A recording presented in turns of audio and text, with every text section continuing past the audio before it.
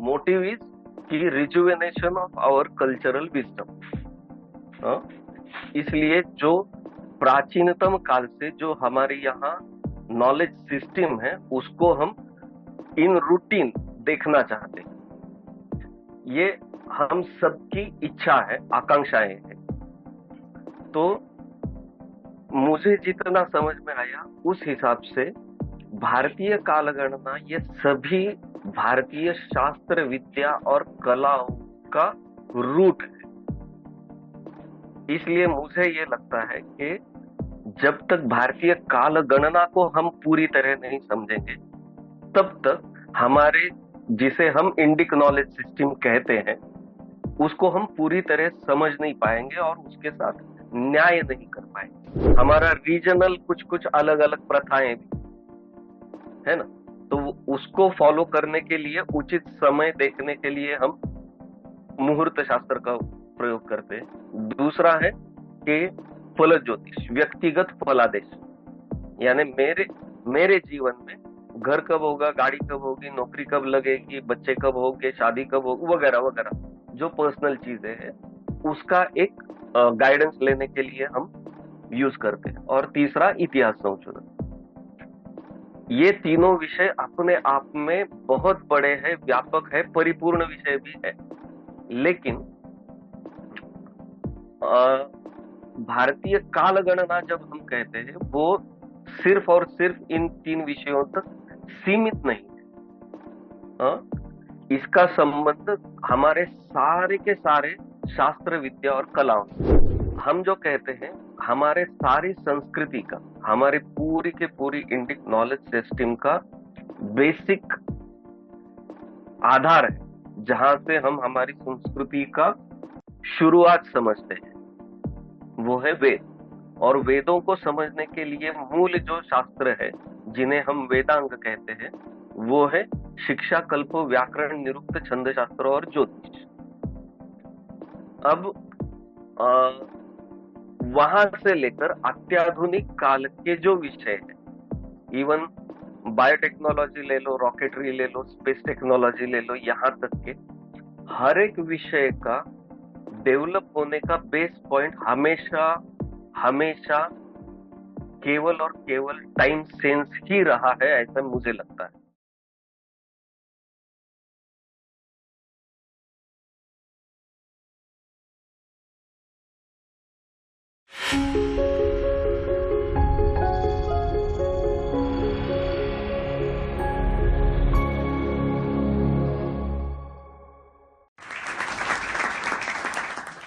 Namaste to all the viewers that have joined us today. I welcome you to another episode of Indic Talks, organized by Center for Indic Studies. Today we talk about Bharatiya chronometry, the key to Indic knowledge system.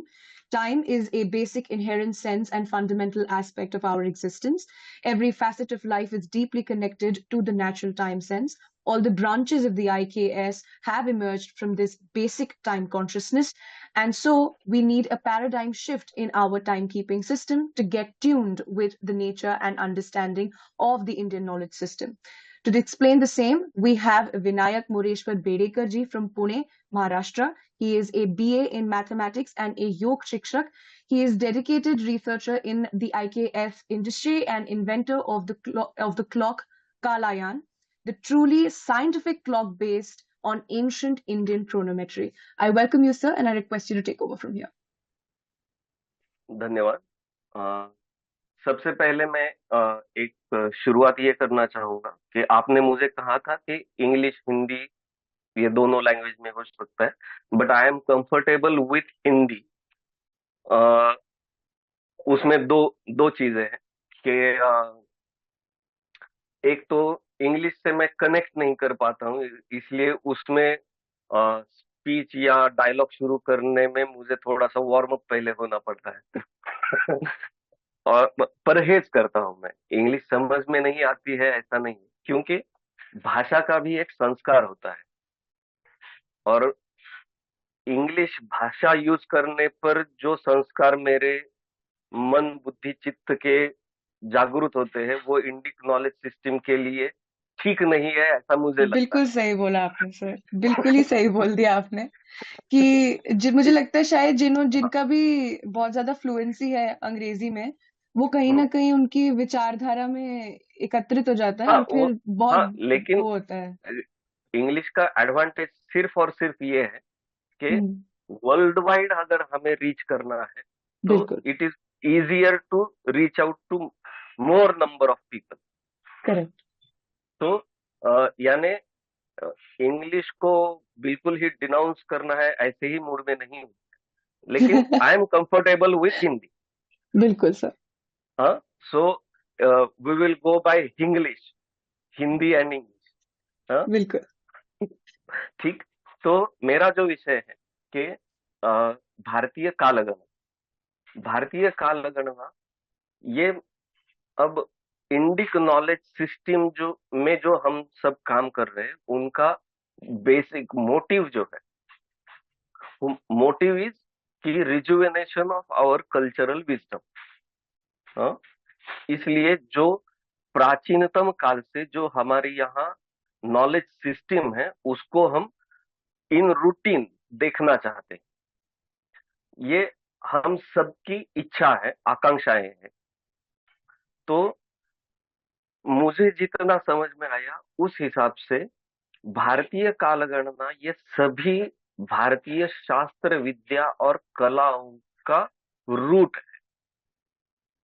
इसलिए मुझे ये लगता है कि जब तक भारतीय काल गणना को हम पूरी तरह नहीं समझेंगे तब तक हमारे, जिसे हम इंडिक नॉलेज सिस्टम कहते हैं, उसको हम पूरी तरह समझ नहीं पाएंगे और उसके साथ न्याय नहीं कर पाएंगे। हाँ, केवल प्रतीकात्मक ढंग से अगर हमें कंटिन्यू करना है तो ठीक है, हम अलग अलग विषयों पर अलग अलग चले जाएं, लेकिन this is not the Indian thought process कि अ, अगर ये आरोग्य शास्त्र का विषय चल रहा है तो उसमें संगीत नहीं आएगा। इतना बाइफरगेटेड वे इंडिक नॉलेज सिस्टम का है नहीं।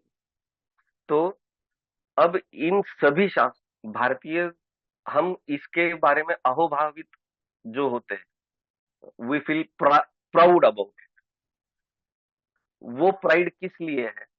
क्योंकि इस कल्चर ने हमें कुछ दिया है जिसका वैल्यू नहीं किया जा सकता।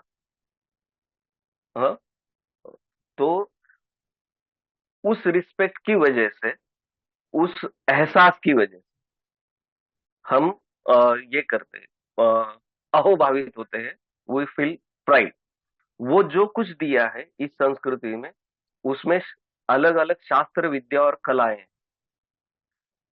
इन सभी शास्त्र विद्या और कलाओं का अगर एक साथ इन्हें, क्या कहते हैं हिंदी में उसे, एक साथ पिरोने वाला सूत्र जो होता है, दैट इज ये भारतीय कालगणना।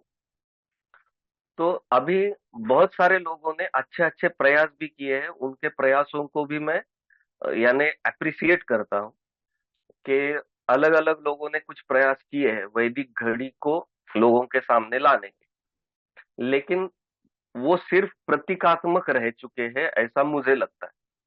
क्योंकि भारतीय कालगणना, जैसे मैंने आपको पहले हमारी जो बात हो रही थी तब मैंने जो बताया आपको कि अ, तीन, आज मैं अगर भारतीय कालगणना के विषय में लोगों को कहने जाऊंगा तो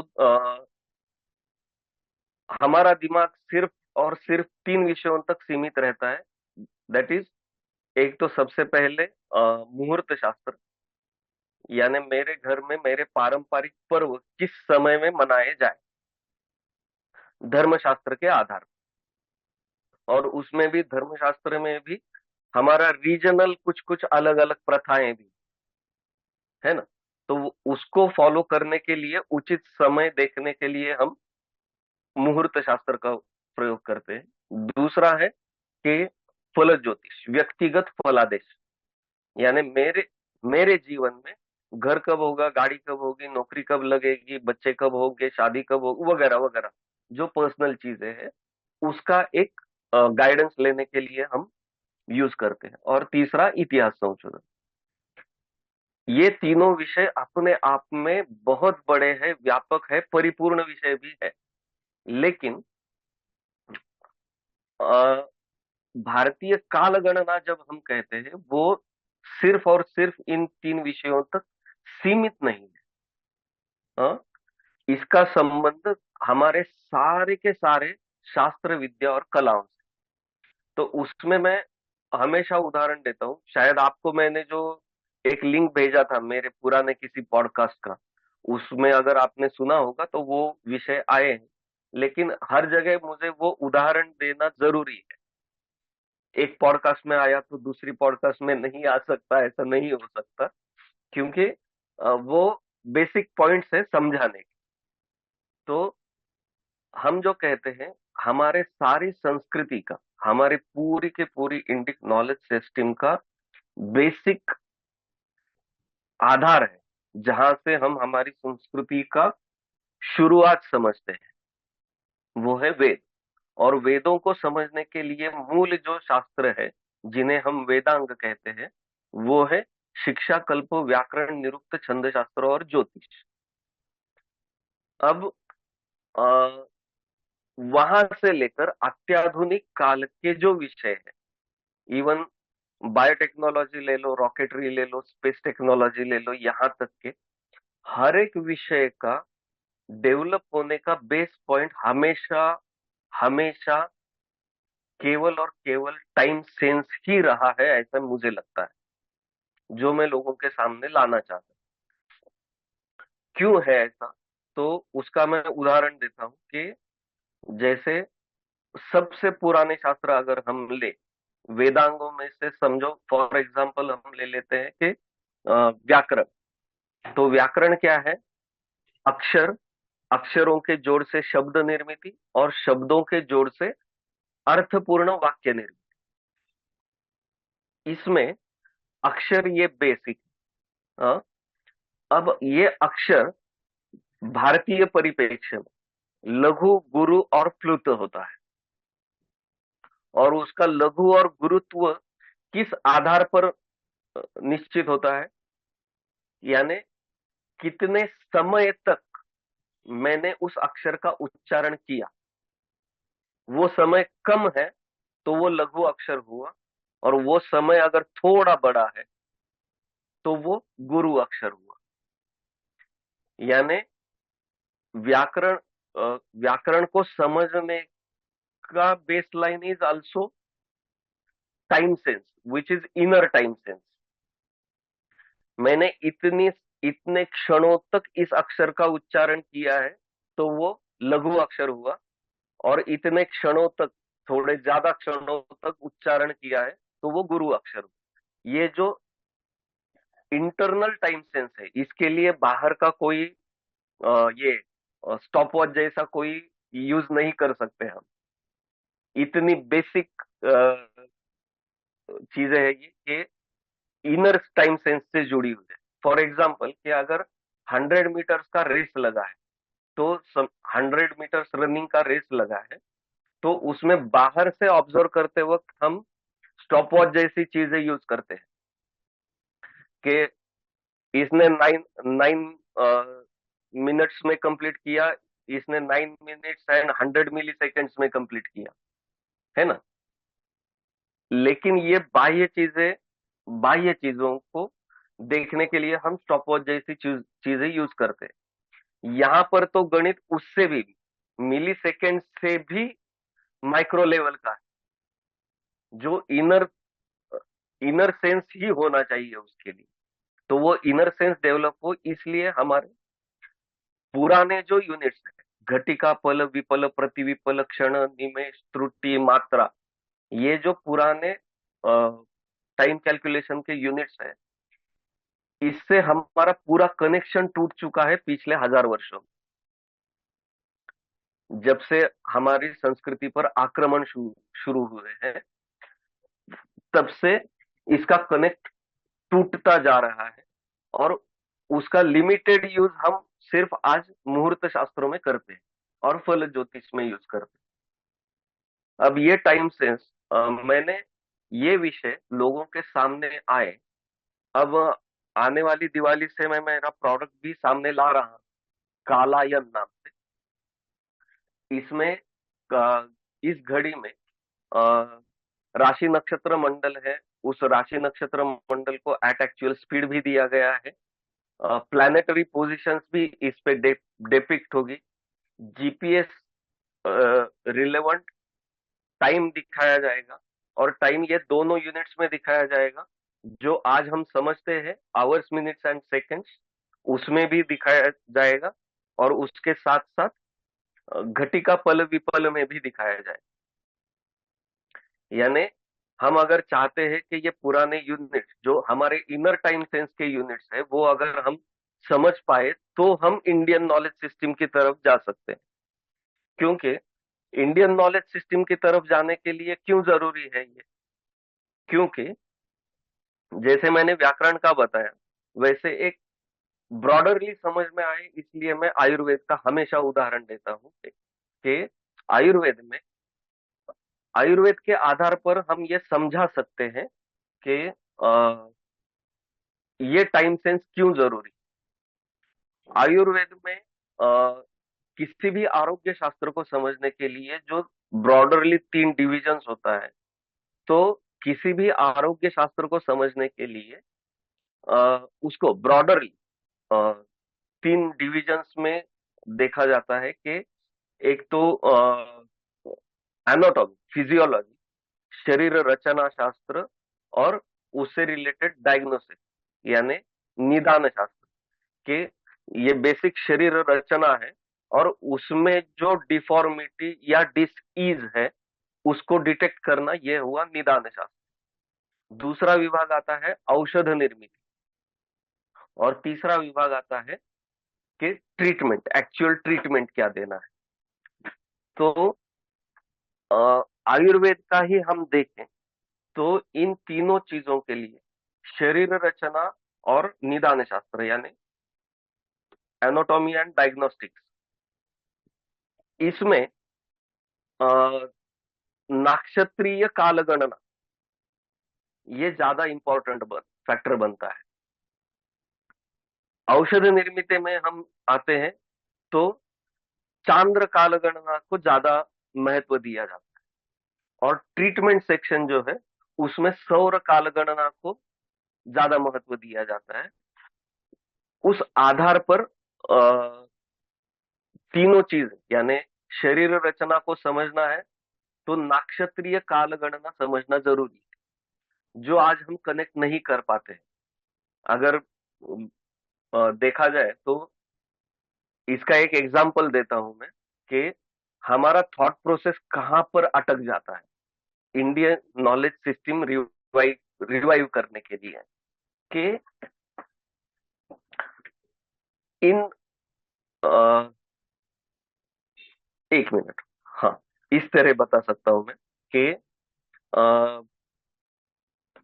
समझो आयुर्वेद ये एक ही विषय हमने लिया, और सारे सारे भारतीय लोग हम आयुर्वेद के पीछे पड़ गए। नहीं, पहले इसको रूटीन में लाना है, हाँ, हमारे आरोग्य शास्त्र के रूप में। उसके लिए हम चरक संहिता, वाग्भट संहिता जैसे ग्रंथों को यूज करेंगे। होता क्या है कि समझो हमने आयुर्वेद के लिए कोई एक फोरम बनाया कि इसको रिवाइव करना है और रूटीन में लाना है, इन प्रैक्टिस इसे फॉलो करना है। आज बात ऐसी होती है कि हम रिस्पेक्ट तो करते हैं आयुर्वेद, लेकिन आज अगर मुझे फीवर आ जाए, कुछ हो जाए, तो जाते हैं मॉडर्न मेडिसिन प्रैक्टिशनर के पास। तो हम खुद कॉन्फ्लिक्ट में रहते हैं उसके पास जाते वक्त। तो ना हम खुद के साथ न्याय कर पाते हैं, ना उस प्रैक्टिशनर के साथ न्याय कर पाते हैं। तो ये क्यों होता है? क्योंकि समझो हमने एक फोरम बनाया कि, और ऐसे बहुत सारे फोरम काम भी कर रहे हैं, बहुत अच्छा काम कर रहे हैं, मैं उन सभी के साथ जुड़कर कुछ उसमें ये मेरा कंट्रीब्यूशन भी देना चाहता हूँ कि उसमें टाइम सेंस का क्या वैल्यू कि हम समझो ये कोई स्टडी सर्कल चला रहे हैं आयुर्वेद के जानने के लिए। उसको हम यूज करेंगे चरक संहिता, वाग्भट संहिता इत्यादि। समझो हमने चरक संहिता ले लिया। चरक संहिता में सबसे पहले तो हम एकदम हाईली इम्प्रेस्ड हो जाते हैं कि उसमें जो उसका डायमेंशंस, जिस डायमेंशंस में वो ले जाता है हमें शुरू शुरू में, वी गेट हाईली इम्प्रेस्ड कि अरे इतना व्यापक विचार किया है इन लोगों ने। समझ के बाहर आता जाता है। और उससे तो और भी इंस्पायर होते हैं कि नहीं ये तो बहुत बड़ी चीज है, जितना मैं समझ रहा था उससे भी बहुत बड़ी चीज है, इसको ठीक से समझना पड़ेगा।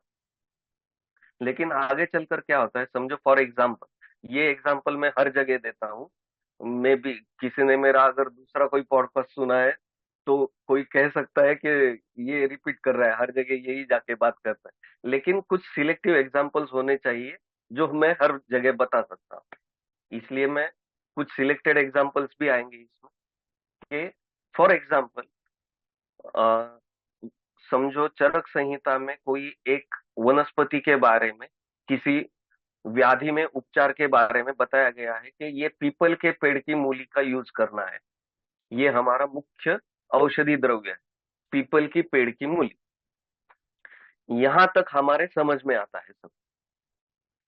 प्रॉब्लम कहां पर आता है, जो चरक संहिता में अगला सेंटेंस होता है कि ये पीपल की मूली जमीन से निकालते वक्त चंद्रमा इस नक्षत्र में होने चाहिए। इस पॉइंट पर हमारा मॉडर्न ट्रेंड ब्रेन जो है, एक्चुअली मैं उसे डिग्रेडेड ब्रेन कहता हूं मॉडर्न नॉलेज सिस्टम का, कि मॉडर्न ट्रेनिंग क्या है हमारे ब्रेन के, अरे क्या फर्क पड़ता है चंद्रमा किस नक्षत्र में है, पेट में मेरे दर्द हो रहा है, ये अंधश्रद्धा की बातें हो रही है यहाँ पर। ये हमारा ब्रेन हमें सिग्नल देने शुरू हो जाता है, बिकॉज ट्रेनिंग वैसे ही कि अब यहाँ पर ये प्रॉब्लम कैसे रिजॉल्व किया जाए। तो वो अ, अब आयुर्वेद में औषध निर्मिति जो है उसके बेसिक आधार है रसशास्त्र एंड द्रव्य गुण विज्ञान।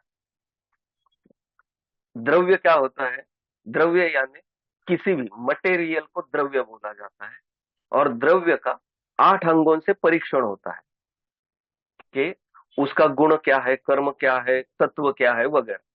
8 अंगों से उसका परीक्षण होता है। अब ये जो मूल द्रव्य है ये नेचुरल रिसोर्सेज से आता है। और नेचुरल रिसोर्सेज इज 95% वनस्पति, वनस्पतियों का रस, अर्क।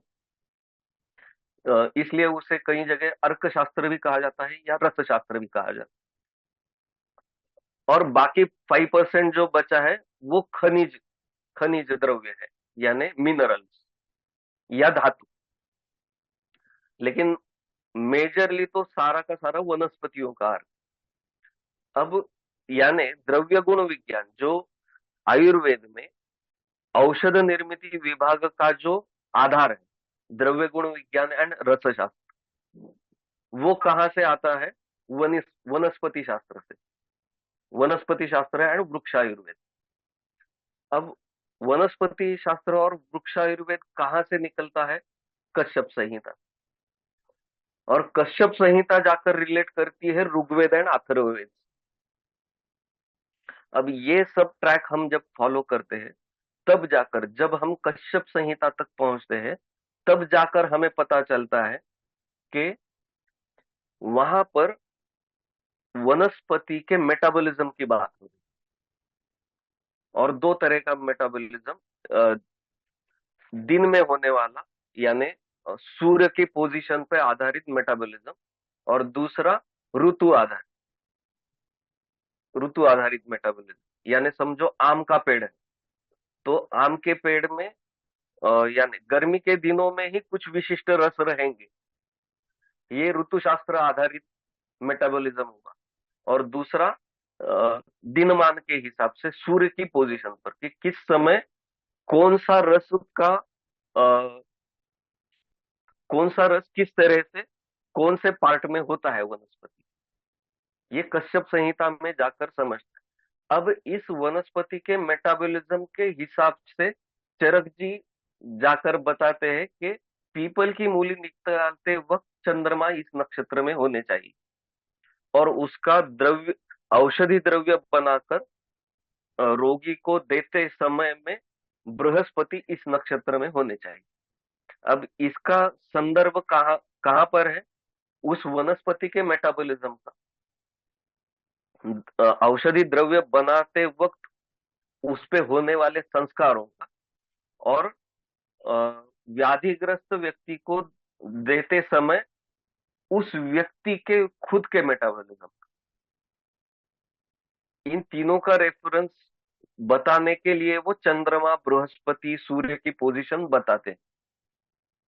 लेकिन हमारे दिमाग में मॉडर्न ट्रेंड ब्रेन ने क्या भर दिया है कि ये चंद्रमा कहीं पर भी हो, तुम्हारे पेट में दर्द है, तो ये अंधश्रद्धा मत फॉलो करो। यानी हमारे ब्रेन में ही उसका रिजेक्शन शुरू होता है, क्योंकि हम वनस्पति शास्त्र, कश्यप संहिता तक पहुंच नहीं पाते। आज के समझो बीएएमएस जैसे सिलेबस में भी जो रिकॉग्नाइज्ड आयुर्वेद की डिग्री है, उसमें पढ़ने वाले डॉक्टर्स भी मुझे नहीं लगता कि कश्यप संहिता तक पहुंचते होंगे। अगर अगर 100 बच्चे बीएएमएस कर रहे हैं तो उसमें से हो सकता है 2-5 लोग कश्यप संहिता तक पहुंचने का प्रयास करें।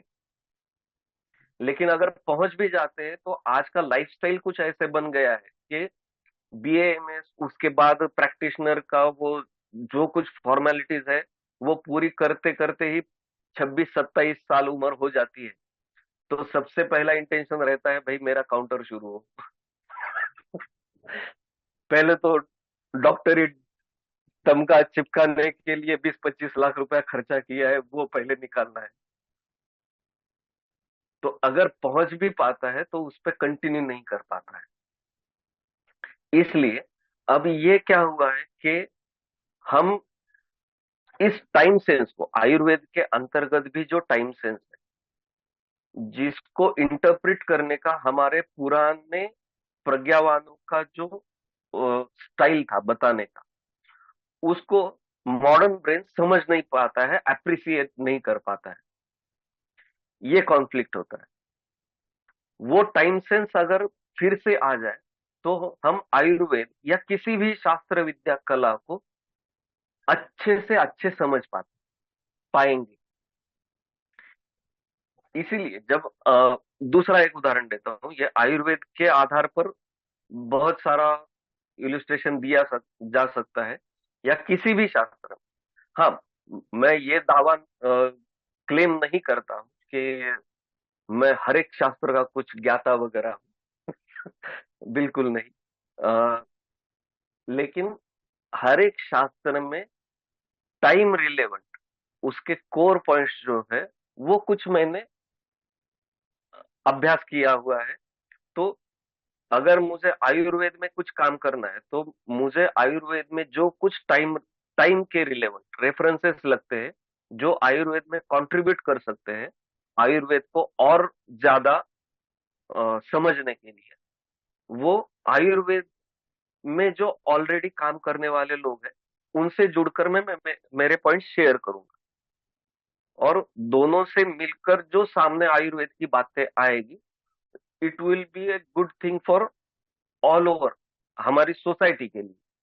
हम जो रिजुविनेशन चाहते हैं हमारे शास्त्रों का, उसके लिए उसका उपयोग एक्चुअली इस बेसिक पॉइंट को लेकर ये बातें होनी चाहिए। क्योंकि क्या होता है, आयुर्वेद भी, जैसे मैंने ये बेसिक थॉट प्रोसेस में कहां पर कॉन्फ्लिक्ट खड़े होते हैं इसका एक उदाहरण बताया, ऐसे सैकड़ों उदाहरण कि किस पॉइंट पे मॉडर्न ब्रेन अटक जाता है। उससे क्या होता है कि हम समझो आयुर्वेद भी आज कॉम्पीट कर रहा है, यानी पतंजलि वगैरह जैसे बहुत सारे संस्थान हैं जो अच्छी तरह से आयुर्वेद को लोगों तक ले जा पाए हैं। लेकिन उनके सामने भी जो आज के मॉडर्न लाइफस्टाइल का जो सवाल खड़ा होता है उसमें क्या होता है कि उसी लिए, यानी कि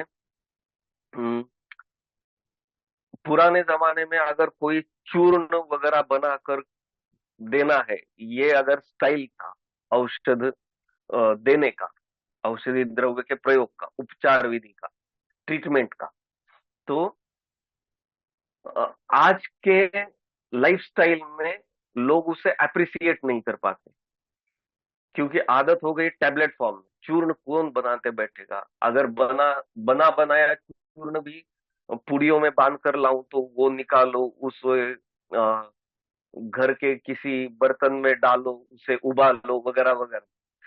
ये करते बैठने की कोई लाइफस्टाइल रहा नहीं है। तो फिर लोग यूज करें, इसलिए क्या होता है कि फिर वो चूर्ण जो है, जो प्राचीनतम ऋषियों ने बनाया हुआ है, वो हम टैबलेट फॉर्म में लाए, या किसी अन्य तरीके से जो आज का लाइफस्टाइल में अप्रिसिएबल होगा, इस तरह से लाने का प्रयास करते हैं सारे संस्थान। ये अच्छे ही प्रयास, लेकिन इससे ज्यादा बढ़कर क्या प्रयास होने चाहिए, मुझे वो लगता है कि फॉर एग्जाम्पल के मॉडर्न मेडिसिन जो है उसका स्टैंडर्डाइजेशन कुछ हुआ है। यानी पल्स रेट 72 होना चाहिए पर मिनट, ये आज चौथी पांचवी के बच्चे को भी मालूम। लेकिन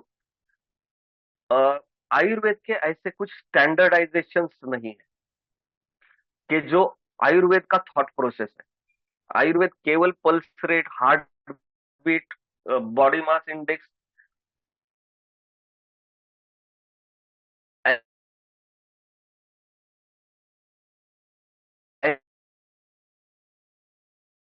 ऐसे टर्मिनोलॉजी में नहीं चलता है।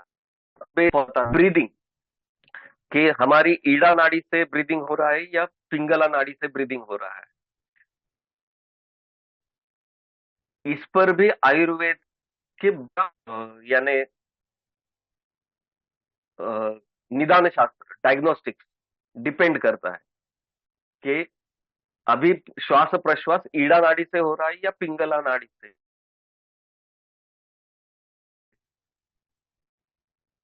एक मिनिट, एक्सक्यूज माझा आजीच्या फोनवरनं आईला सांग फोन करायला, मग आता नाही देऊ शकत.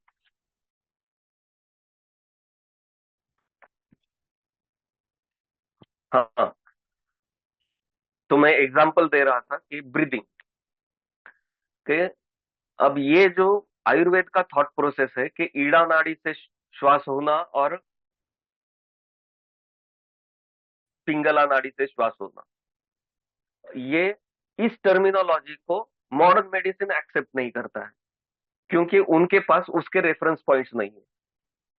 ईड़ा ईड़ा और पिंगला नाड़ी से श्वास प्रश्वास होना, ये आयुर्वेद की दृष्टि से कंसिडरेबल है, जबकि मॉडर्न मेडिसिन की दृष्टि से उसका कुछ मतलब नहीं। अब अगर आयुर्वेद में ये बेसिक थ्रेड्स में अगर एक चीज ये है कि ईड़ा और पिंगला नाड़ी से जो श्वास प्रश्वास होता है और उसका अल्टरेशन जो होता है, उसका एक स्वास्थ्य लक्षण कुछ है। यानी अगर शिव स्वरोदय के मत से हम जाए तो लगभग 2 घटिकाओं में एक बार चेंज ओवर होना, अल्टर होना, ये स्वास्थ्य लक्षण है। अब ये बेसिक पॉइंट जो है, इसका हम स्टैंडर्डाइजेशन लोगों तक नहीं ला पाए हैं अब तक मॉडर्न लाइफस्टाइल में, जो एप्रिसिएबल है। अब इसका स्टैंडर्डाइजेशन होना चाहिए। ऐसे उपकरण तैयार करने के लिए भी मेरी घड़ी का उपयोग हो। यानी समझो ये घड़ी किसी के घर में लगी है, तो उसको घटिका, पल, विपल, ये सारे दिख रहे हैं सामने, और सामने आवर्स, मिनट, सेकंड्स में भी टाइम दिख रहा है, जो आज समझ पाते हैं तो सामने कंपैरेटिव स्टडी रहेगा कोई भी देखने वाले को, घड़ी यूज करने वाले को। अब ये जो पुराना टर्मिनोलॉजी है घटिका, पल, विपल का, वो टर्मिनोलॉजी खुद वो आवर्स, मिनट, सेकंड्स की भाषा में समझ पाएगा। और इसका आयुर्वेद के रिसर्चर्स को क्या यूज होगा कि जो घटिका पलों में जो पुरानी बातें बताई गई है कि समझो दो घटिकाओं में श्वास प्रश्वास का अल्टर होना ये स्वास्थ्य लक्षण है, तो वो जैसे मॉडर्न मेडिसिन का ये पल्स रेट मिनट में 72 होना चाहिए, ये जैसा स्टैंडर्डाइजेशन है, ऐसा स्टैंडर्डाइजेशन कुछ हम सामने ला सकेंगे लोगों के, तब जाके आयुर्वेद के प्रति हमारा वो जो रिजुवेनेशन के लिए जो जरूरी सेंस है वो डेवलप होगा। ऐसे क्या होगा कि पतंजलि, श्री श्री या किसी भी आयुर्वेद में काम करने वाले लोगों ने जो मॉडर्न स्टाइल में मेडिसिन दिया है उसको हम कुछ लिमिट तक यूज कर पाएंगे। अगर ये सेंस डेवलप नहीं होगा तो वो लिमिटेड ही रहेगा।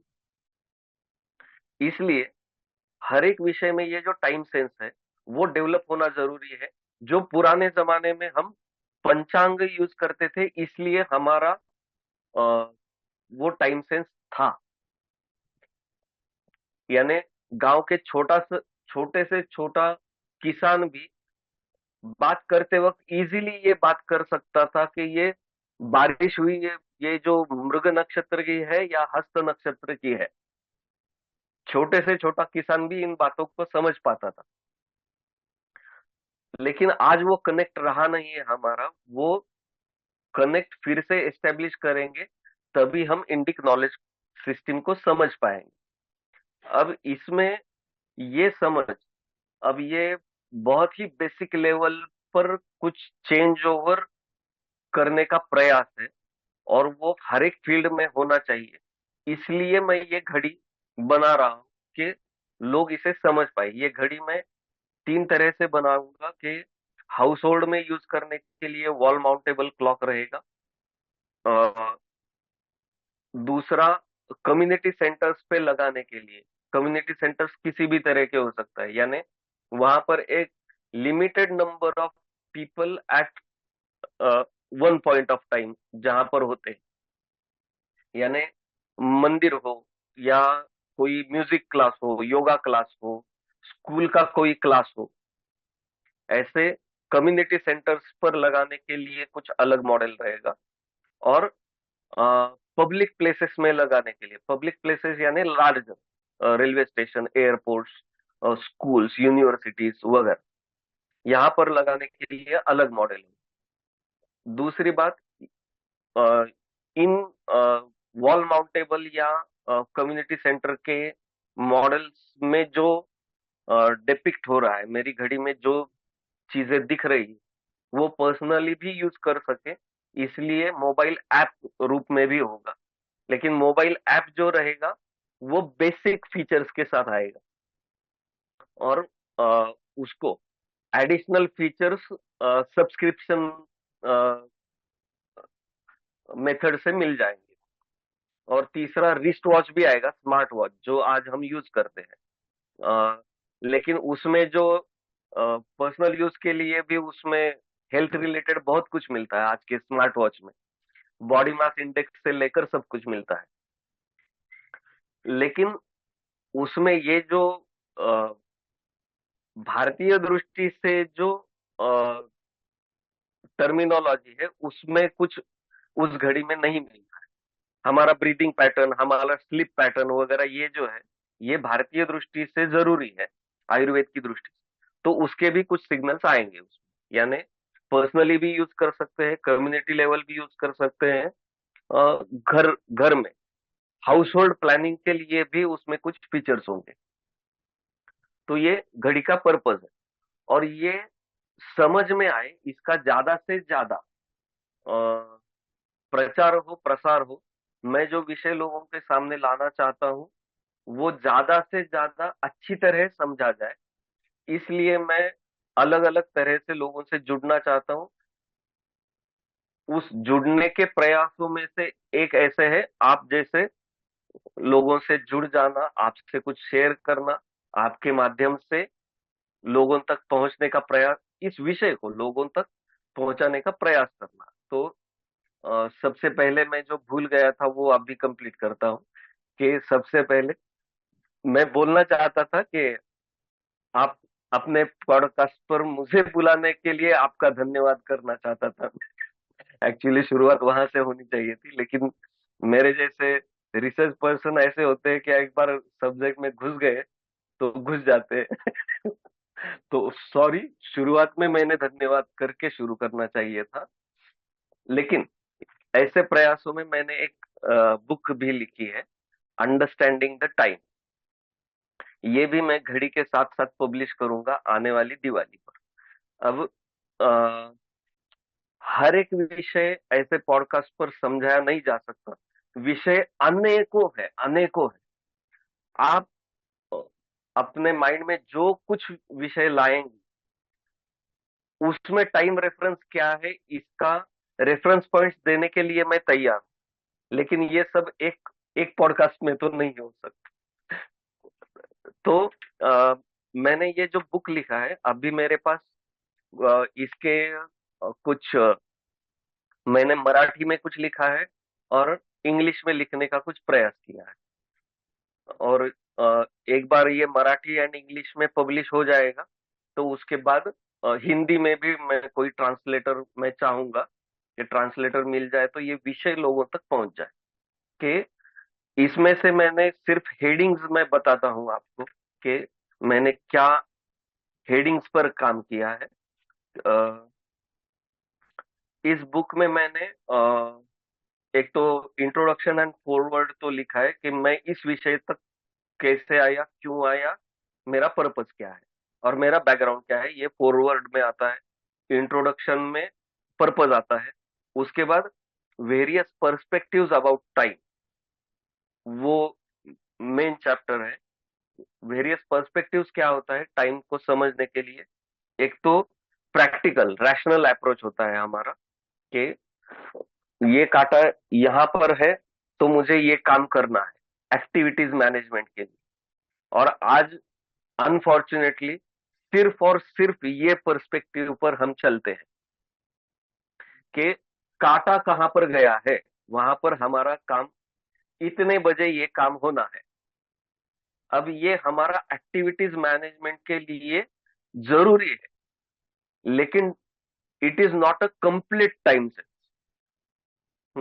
तो उसके लिए हम टेक्निकल क्लॉक टाइम यूज करते हैं। तो प्रैक्टिकल रैशनल टाइम सेंस क्या है और टेक्निकल क्लॉक टाइम क्या है, इसके बारे में कुछ लिखा है मैंने। सोशल टाइम, सिविक टाइम एक होता है, यानी हमारे मैक्रो प्लानिंग के लिए ट्रेन कब चलेगी, ये ट्रांसपोर्टेशन मीन्स क्या रहेंगे, वो क्या टाइम शेड्यूल रहेगा, स्कूल के टाइमिंग्स क्या होंगे, काम करने के टाइमिंग्स क्या होंगे। या फिर सबसे छोटा अगर एग्जांपल ले, हम कनेक्ट कर पाए, तो हमने जो टाइम डिसाइड किया कि इस तारीख को इतने बजे पॉडकास्ट है, ये सोशल ये हुआ, वो टाइम सेंस अलग होता है। साइंटिफिक टाइम सेंस अलग होता है। साइंटिफिक टाइम सेंस में भी दो मेजर पोर्शंस आते हैं कि न्यूटनियन क्लासिकल एरा जो है साइंसेस का, न्यूटनियन पीरियड का, वो एक अलग तरह से टाइम को समझता है कि यूनिवर्सली टाइम एक कांस्टेंट चीज को समझ के चलता है। लेकिन आइंस्टाइनियन थियरी के बाद जितने सारे शास्त्र डेवलप हुए हैं, वो मेटाफिजिक्स हो या और कोई भी, उसमें टाइम का पर्सपेक्टिव अलग बन जाता है। वो स्पेस टाइम कंटिन्यूम की तरह आता है सामने। टाइम इंडिविजुअली एक कांस्टेंट की तरह नहीं आता है। तो साइंटिफिक इसमें ये जो मेन डिफरेंस है उसके बारे में मैंने कुछ, अब इसमें से हर एक पॉइंट ऐसा है कि इस सिंगल पॉइंट पर अलग से बुक लिखनी जरूरी है। लेकिन मैंने इस बुक में इंट्रोडक्शन के लिए सिर्फ एक एक पैराग्राफ लिखा है। उसके बाद आता है कॉस्मिक नेचुरल टाइम, जो हम अभी ये जो स्पेस टाइम कंटिन्यूम के बाद जिस विषय पर आते हैं, मॉडर्न कॉस्मोलॉजी। मॉडर्न कॉस्मोलॉजी में टाइम को किस तरह देखा जाता है कि कर्वेचर, ग्रेविटेशनल फोर्स की वजह से वगैरह, उसका इलस्ट्रेशन अलग अलग बहुत कुछ है। उसके बाद फिजियोलॉजिकल टाइम सेंस अलग होता है, यानी जिस पर आज का क्रोनोबायोलॉजी डेवलप हुआ है। फिजियोलॉजिकल टाइम यानी हमारे इंटरनल फंक्शनिंग किस समय पर चलते हैं, यानी हमारे डाइजेस्टिव सिस्टम किस समय पर एक्टिव होता है, हमारा ब्लड सर्कुलेशन सिस्टम किस तरह ये होता है, ये फिजियोलॉजिकल इंटरनल टाइम अलग होता है। आर्टिस्टिक टाइम, ये परसेप्शन अलग होता है। यानी 100 साल पहले मुझे तुमसे प्यार था, इस 100 साल पहले ये जो है, ये टाइम सेंस अलग है। या फिर अभी मैं कोई काम करना चाहता हूं लेकिन किसी अलग काम में अटका हुआ हूं, तो उस समय जो ये होता है उसको साइकोलॉजी, फिर आर्टिस्टिक टाइम से वो साइकोलॉजिकल टाइम सेंस की तरफ जाता है। यानी मैंने कि कभी समझो मैंने मुझे 3 मिनट अभी पॉडकास्ट में ज्वाइन होने में लेट हुआ, आपका मैसेज आया सर प्लीज कनेक्ट करके। हाँ, तो उस 3 मिनट में आपके साइकोलॉजिकल लेवल पर जो चल रहा था वो time sense psychological time sense है। या फिर मेरे तरफ से मेरे दिमाग में जो कुछ चल रहा था, यहाँ पर अरेंजमेंट्स, एंड टाइम पर ये लैपटॉप खराब हो गया, कनेक्शन का कुछ ये करना है, उस समय मेरे इसमें जो चल रहा था वो साइकोलॉजिकल टाइम परसेप्शन हुआ, तो वो अलग होता है। फिलोसॉफिकल टाइम अलग होता है। यानी फिलोसॉफी अब इसमें अलग अलग तरह से भी आता है। यानी अथेंस वाली ग्रीस वाली फिलोसॉफी भी अलग है। अ, हाँ, और भारतीय पर्सपेक्टिव में वो फिलोसॉफी भी कुछ अलग है, जैसे हमारे दर्शन शास्त्र हो कुछ है। लेकिन दर्शन शास्त्रों को भी भारतीय फिलोसॉफी कहना मेरे हिसाब से दर्शन शास्त्रों का अपमान होगा। फिलोसॉफी से बहुत बड़ा कुछ है वो। उसके बाद आता है कल्चरल टाइम सेंस, एक अलग बात आती है। यानी उसमें किस कल्चर में हम पले बढ़े हैं। यानी कल्चरल टाइम सेंस, अब अगर अदर रीजन्स में जो कल्चरल टाइम सेंस होता है उसमें कुछ कल्चर्स में time is like an arrow, जो सिंगुलर डायरेक्शन में जाता है, एंडलेस होता है। या some point of time begin होता है और some point of time end हो जाता है। लिमिटेड लाइन की तरह होता है कुछ कल्चर्स में, कुछ कल्चर्स में सिंगुलर वन वे लाइन की तरह होता है। भारतीय पर्सपेक्टिव में रिपीटेटिव पीरियोडिक होता है, सर्कुलर होता है। सर्कुलर भी नहीं, उसे अलग कुछ टर्म खोजना चाहिए हम, मैं खोजूंगा आगे चलकर। अ, वो यानी रिपीटेटिव, कुछ रिपीटेशंस होता है, सर्कुलर मोशन में चलता है। ये कल्चरल टाइम सेंस का फर्क होता है। इस ये बेसिक लेवल पर, इनर बिल्कुल हमारे सबकॉन्शियस में इसका कुछ परिणाम होता है, इसीलिए कल्चरल कॉन्फ्लिक्ट्स भी पैदा होते हैं। और उनको रिजॉल्व करने के लिए भी ये भारतीय सर्कुलर टाइम सेंस जो है वो उसे रिजॉल्व कर सकता है, ऐसा मुझे लगता है। उसके बाद स्पिरिचुअल टाइम सेंस आता है, जो मेडिटेशन वगैरह में हमारा होता है। ऐसे अलग अलग पर्सपेक्टिव्स में इस बुक में इंट्रोडक्शन देना चाहता हूँ। उसके बाद डीपर साइंटिफिक इंक्वायरी भी होना चाहिए इन सभी पर्सपेक्टिव्स का।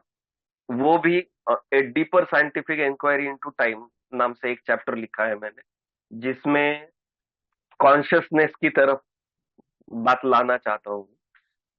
अब ये कॉन्शियसनेस, ये बड़ा मजेदार शब्द है। हाँ, क्योंकि हम जब ऐसे साइंटिफिक इंक्वायरी में कॉन्शियसनेस बोलते हैं तब उसको हम डिफाइन करते हैं, what is self awareness, sensations, thoughts, perceptions, emotions, memory and instincts. हाँ, लेकिन कॉन्शियसनेस हम एड्रेस करना चाहते हैं जो सबकॉन्शियस है, और हम बात कर रहे हैं सेल्फ अवेयरनेस, सेंसेशन की। ये बड़ा अ, नए नए कुछ इनर कॉन्ट्राडिक्शन वाला शब्द लगने लगता है फिर, कि बात तो कर रहे हैं जो सबकॉन्शियस हमारा कहाँ से जनरेट होता है इसकी, लेकिन बात कर इलस्ट्रेशन दे रहे हैं सेल्फ, बॉडीली अवेयरनेस क्या है, बॉडीली इंस्टिंक्ट्स क्या है, बॉडीली मेमोरी क्या है।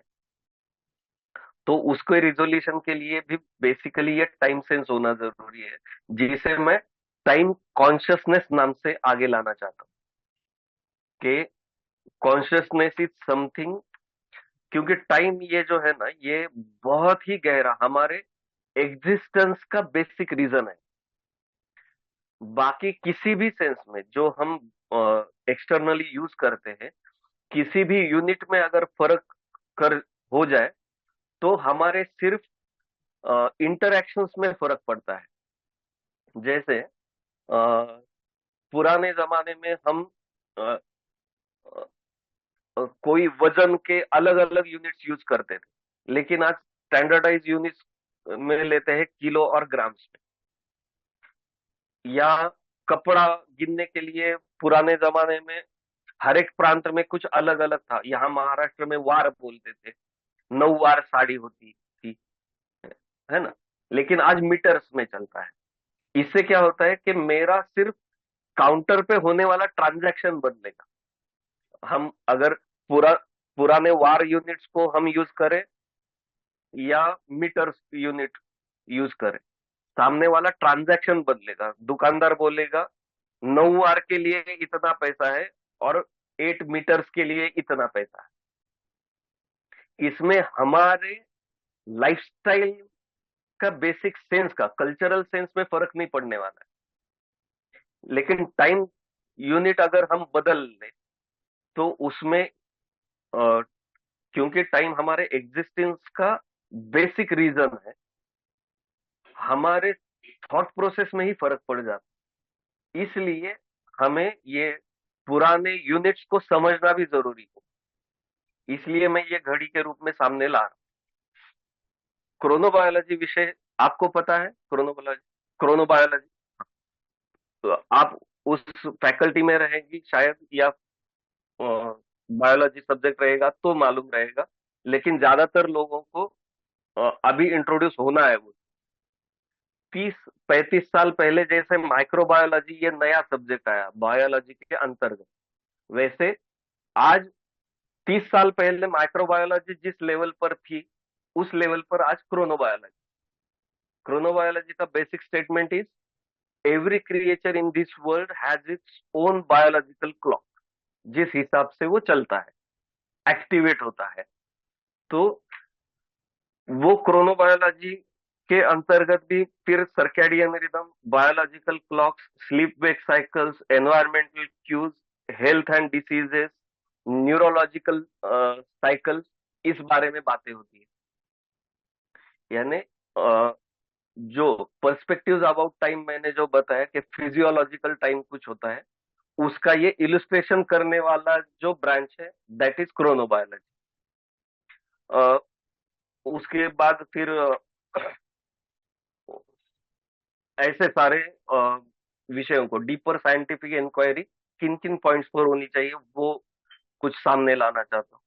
उसके बाद हिस्ट्री ऑफ अंडरस्टैंडिंग टाइम के बारे में मैंने कुछ लिखा है, कि हिस्ट्री क्या है पुराने जमाने से, यानी जूइश कैलेंडर क्या था, जूलियन कैलेंडर क्या था, इजिप्शियन कैलेंडर क्या था, मायन कैलेंडर क्या था, और इंडिया में पंचांग क्या था। इसके बारे में एक चैप्टर इलस्ट्रेट किया है। उसके बाद भारतीय view about time, Indic view about time. तो यानी पंचांगों का बेसलाइन क्या है, ज्योतिष शास्त्र क्या है। आज ज्योतिष शास्त्र, आज हम ज्योतिष शास्त्र ये शब्द लाते हैं तब लिमिटेड सिर्फ और सिर्फ फल ज्योतिष समझा जाता है, वेर ज्योतिष इज टाइम थियरी के इंडियन टाइम थियरी कह सकते हैं आप। और उसका रेफरेंस सेलेशियल पोजिशंस, क्योंकि सेलेशियल पोजिशंस भी इसलिए कि वो मैक्सिमम लॉन्गर टाइम फ्रेम उसमें यूज हो सकती है, कि यानी अश्विनी नक्षत्र अगर ये है, इन चार स्टार्स को मिलकर अगर हम अश्विनी नक्षत्र आज कहते हैं, तो उन्हीं वो अगले हजारों साल कांस्टेंट रहने वाला है, वो चार स्टार्स दिखने वाले, तो हजारों सालों तक उसका रेफरेंस रहेगा। इसलिए प्लानिटरी एंड सेलेस्टियल पोजिशंस, ये रेफरेंस पॉइंट आता है टाइम को रिफर करने के लिए। तो वो भारतीय व्यू क्या है, उसके अंदर फिर मैंने जैसे सिर्फ और सिर्फ आपको आयुर्वेद का एग्जांपल दिया इलस्ट्रेशन देते हो, उसमें वेदांगों में ये टाइम रेफरेंसेस क्या आते हैं, दर्शन शास्त्रों में क्या आते हैं, आयुर्वेद में क्या है, योगा में क्या है, इंडियन क्लासिकल म्यूजिक में क्या है, शिल्प शास्त्र में क्या है, इसका इंट्रोडक्टरी एक एक चैप्टर लिखा है। चैप्टर भी नहीं, एक एक पैराग्राफ लिखा है सिर्फ, क्योंकि बुक शॉर्टेस्ट पॉसिबल करना है, एक कंसाइज नोट होना चाहिए। एक्चुअली इसके हर एक पॉइंट पर अलग से बुक लिखना चाहता हूं मैं, लेकिन उसके लिए लाइफ टाइम अब काम करना है। एक्चुअली मैं तीन तरह से बुक सामने लाना चाहता था शुरू में, लिख भी रहा था मैं, लेकिन उसको कंप्लीट होने में टाइम लगेगा। तीन तरह से टाइम के बारे में मैं बुक लिखना चाहता हूँ। एक सबसे पहला, काल कुतूहल, यानी सिर्फ जैसे अब टाइम सेंस, ये भारतीय टाइम सेंस कैसे डेवलप हो, ऐसा मुझे एक कॉमन मैन आसानी से समझ जाए, ऐसी कुछ चीजों को लेकर। फॉर एग्जाम्पल मैं कहता हूं कि आज दिन कब बदलता है, डेट कब बदलती है, रात को 12 बजे, ये भारतीय विचार है ही नहीं। और इसका अब अगर सबकॉन्शियस सटल लेवल पर जाकर हम सोचे, तो एक्चुअली इतनी छोटी छोटी चीजें हमारी संस्कृति को डिस्ट्रक्ट करने में हेल्पफुल हो रही, क्योंकि भारतीय दृष्टि से देखा जाए तो रात को 12 बजे इज पैशाचिक टाइम, जबकि हम उसको दिन की शुरुआत मानने लगे। तो इतने छोटे छोटे पॉइंट्स पर जो सामान्य लोग समझ पाए, समझो आज कितना भी हम मॉडर्न स्टाइल में जी ले, कम से कम 30 to 40% पीपल ऐसे हैं कि जो धर्मशास्त्रीय रेफरेंस चाहते हैं, कि समझो आप किसी ज्योतिषी पंडित जी के पास जाए, पुरोहित जी के पास जाए किसी कंसल्टेशन के लिए, फल ज्योतिषीय कंसल्टेशन के लिए, या फिर फल ज्योतिषीय कंसल्टेशन भी नहीं, हमारा पारंपरिक कोई घर में लक्ष्मी पूजन है या सत्यनारायण की पूजा करना चाहते हैं, उसके लिए किसी पंडित जी को बुलाना है, तो उसमें अ, समझो पंडित जी ने आपको बताया कि इस गुरुवार को आप ये व्रत करो, कोई व्रत बताया उन्होंने, इस गुरुवार को, आने वाले गुरुवार को करो। मॉडर्न ब्रेन बुधवार के रात 12 बजे से गुरुवार बताना शुरू कर देता है ना, जबकि अगले सूर्योदय सूर्योदय पर वार चेंज होगा। तो ये जो डीपर लेवल पर इंपैक्ट करने वाली चीजें हैं, सामान्यतः फॉलो करने पर उसका ऊपर ऊपर से कुछ इंपैक्ट हमें समझ में नहीं आता है, लेकिन अगर उसको हम नहीं समझे तो हमारा डीपर सेंस कभी जागेगा ही नहीं। तो ऐसी चीजें लोगों को सामने लाने के लिए काल कुतूहल नाम से एक छोटा सा बुक मैं करना चाहता हूँ। दूसरा बुक होगा one step deeper into time.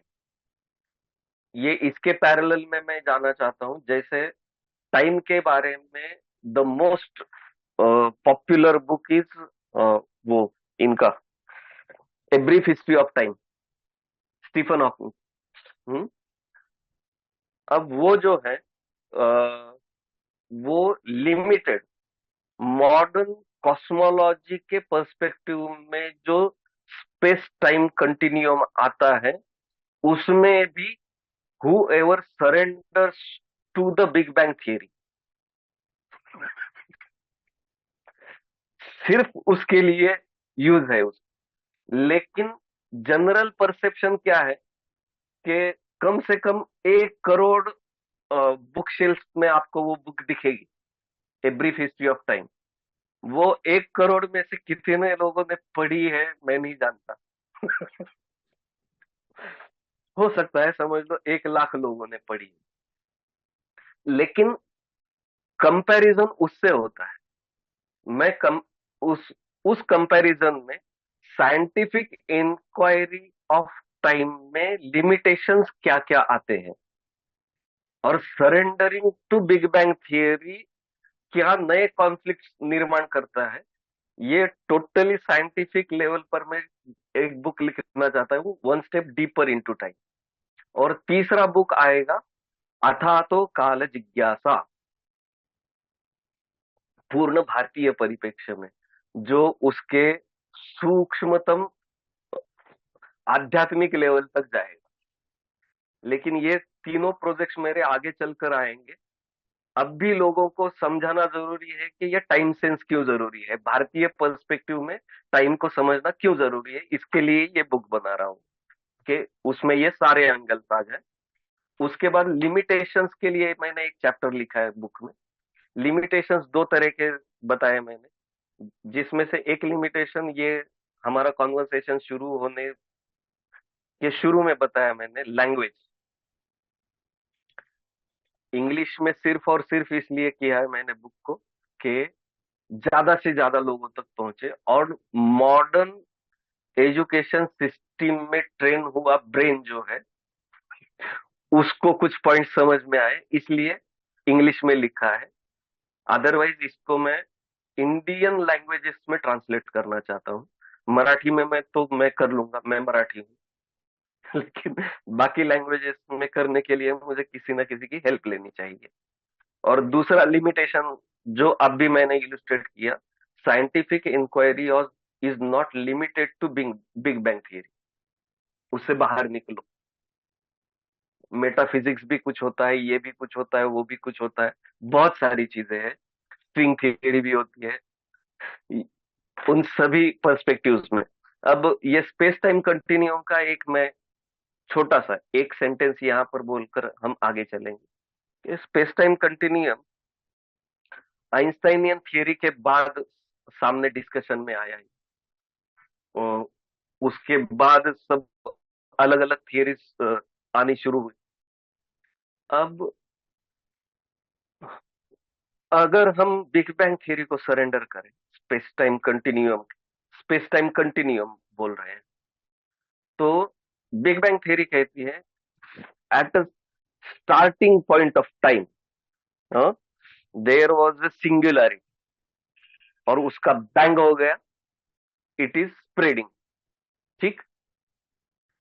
अब इसमें इनहरेंट कॉन्ट्राडिक्शन मुझे ऐसे लगता है कि अगर स्पेस टाइम कंटिन्यूम की हम बात कर रहे हैं और स्टार्टिंग पॉइंट ऑफ टाइम इसकी बात करते हैं, वो जो सिंगुलरिटी आप डिफाइन कर रहे हैं, तो वो singularity was there where time was zero but space was infinite, जिसमें स्प्रेड हुआ वो सिंगुलरिटी। तो मे बी इस तरह से भी साइंस में सोचना चाहिए, डीपर इंक्वायरी करना चाहिए कि inversely proportional to each other space time, not continuum as such. ये भी हो सकता, ऐसे अलग अलग इसके अलग अलग बहुत सारे थ्रेड्स है, उसमें जाना चाहिए। उसका सिर्फ निर्देश कर सकता हूं जो मेरी समझ में आता है। उसके बाद हिस्ट्री ऑफ क्लॉक्स एक चैप्टर लिखा है मैंने, हिस्ट्री ऑफ टाइम सेंस अलग लिखा है, कैलेंडर्स कैसे है वगैरह अलग अलग कल्चर्स में क्या है। उसके बाद हिस्ट्री ऑफ क्लॉक्स एक है, यानी क्लॉक बनाने का हिस्ट्री कब से शुरू हुआ। लगभग 12वीं 13वीं शताब्दी में यूरोप से शुरू हुआ। अ,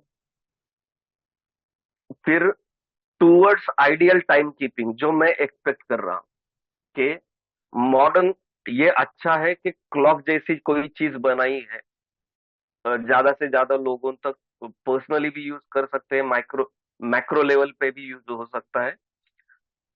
फिर ये पुराने विजडम को उस इंस्ट्रूमेंट में किस तरह डाल सकते हैं हम, that is towards ideal time keeping. और उसके लिए मैंने ये कालायन घड़ी बनाई है। तो वो कालायन घड़ी क्या है, उसके लिए, उसके बारे में लास्ट चैप्टर है।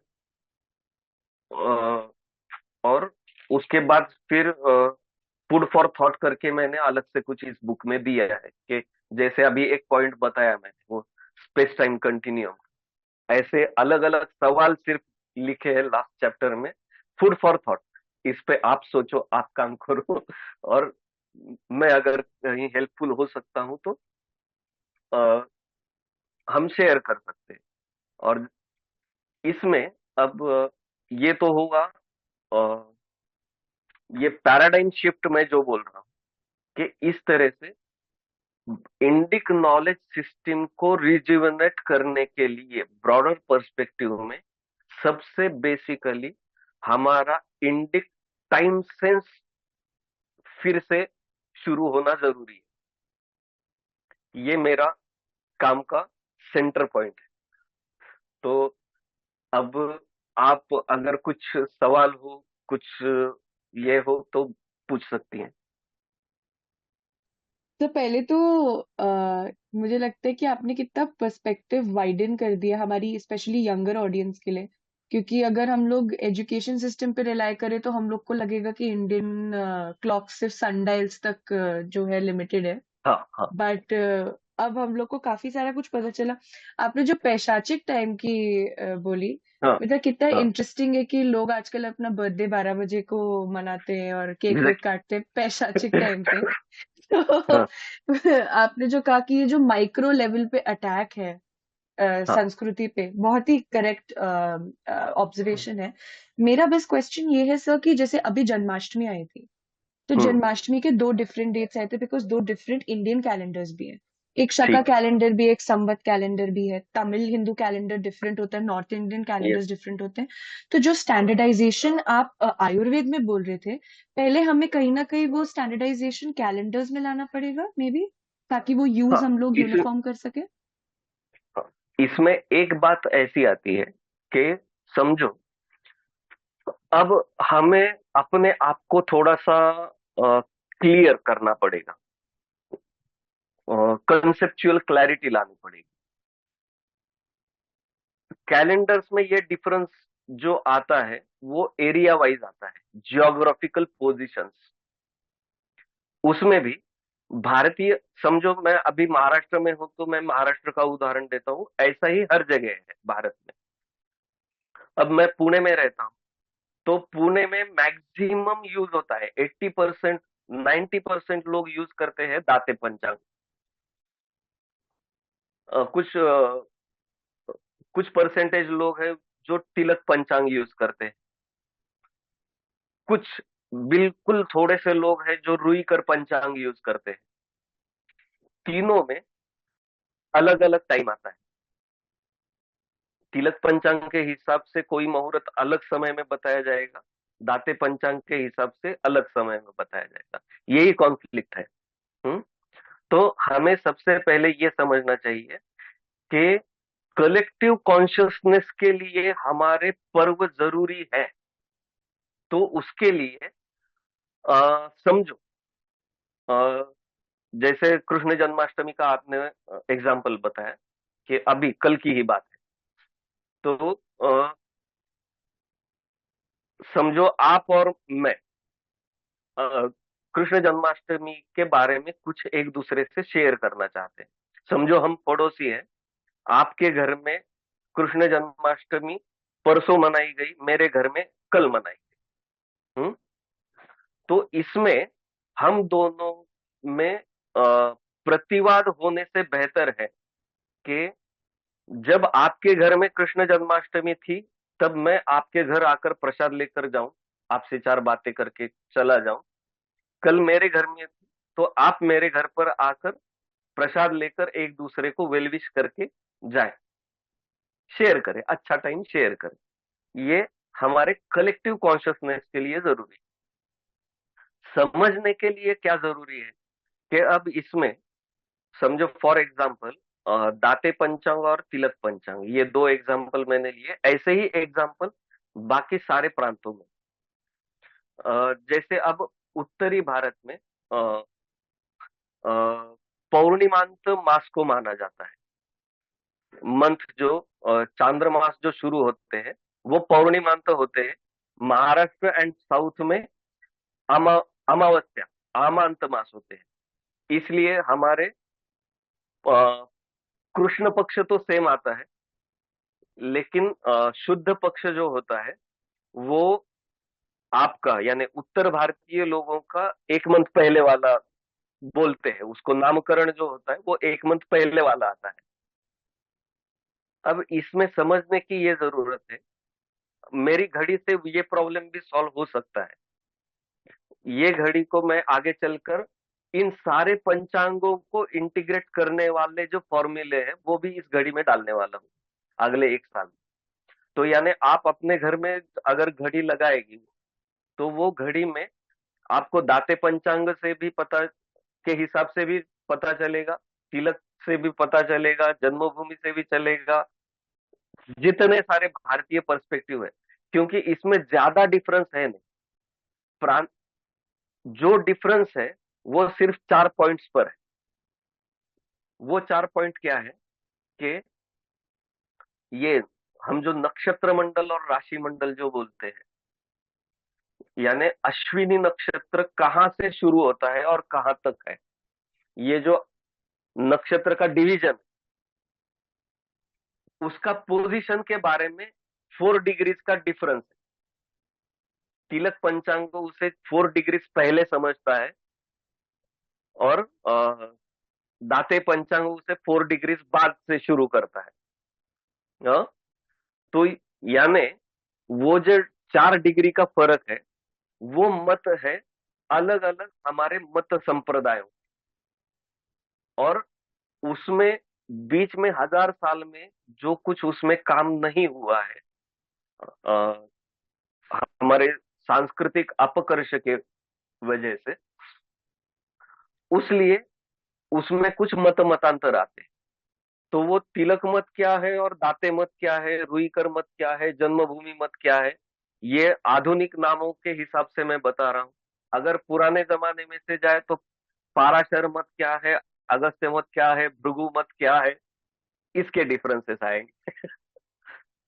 तो वो भी इस घड़ी में डिपिक्ट होगा। तो मेरा कहना सिर्फ इतना है कि जो हम सांस्कृतिक दृष्टि से फॉलो करते हैं वो हमारे कलेक्टिव कॉन्शियसनेस के लिए हमने अप्रिसिएटिव होना चाहिए। अगर तमिल का कोई व्यक्ति बोलता है कि पोंगल इस दिन होगा, तो उसके साथ प्रतिवाद करने से बेहतर होगा उसमें उसके घर पे जाकर प्रसाद लेकर आओ। लेकिन उसका टाइम के बारे में परव्यू तो समझो, क्योंकि उसके प्रांत में जो फॉलो होता है वो कुछ 5000 साल पहले किसी ऋषि ने, किसी प्रज्ञावान ने लिखा हुआ कुछ पर वो चल रहा है। और इसका ये भी यहाँ पर मैं और एक ज्यादा बहुत बड़ा तो नहीं हो रहा ना पॉडकास्ट हमारा। हाँ। क्योंकि विषय इतने हैं मेरे पास, मैं जिंदगी भर भी बोल सकता हूँ। तो मुझे टोकिए अगर मैं ज्यादा बात कर रहा हूँ ऐसा लगता है। यहाँ पर एक एग्जांपल देना जरूरी समझता हूँ मैं, क्लाइमेटोलॉजी। क्लाइमेटोलॉजी में जो जो बात आयुर्वेद में या किसी भी शास्त्र में हुई है वही हर क्षेत्र में, हर क्षेत्र में के मॉडर्न थॉट प्रोसेस जो है ना वो हमें सिर्फ और सिर्फ analytical capacity of your brain, that is intelligence, यहां तक सीमित रखता है। इसीलिए यानी बिग डेटा माइनिंग करके उसको शॉर्टेस्ट पॉसिबल टाइम में एनालाइज कर पाना, इसको आर्टिफिशियल इंटेलिजेंस बोलते हैं, जिसके लिए हम एक्सटर्नल इंस्ट्रूमेंट्स का यूज करते हैं, है ना, आर्टिफिशियल इंटेलिजेंस। लेकिन मेरे अस्तित्व का 2% भी नहीं है एनालिटिकल कैपेसिटी।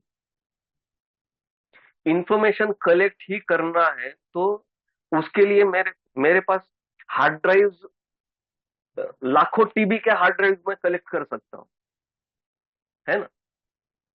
और उसको एनालाइज कर पाना फिर फिजिकली पॉसिबल नहीं है, इसलिए मुझे कुछ प्रोग्राम डेवलप करना पड़ता है, एनालॉग डेवलप करना पड़ता है, जो कंप्यूटर लैंग्वेज में होता है, जो शॉर्टेस्ट पॉसिबल टाइम में मुझे एनालिसिस करके देता है।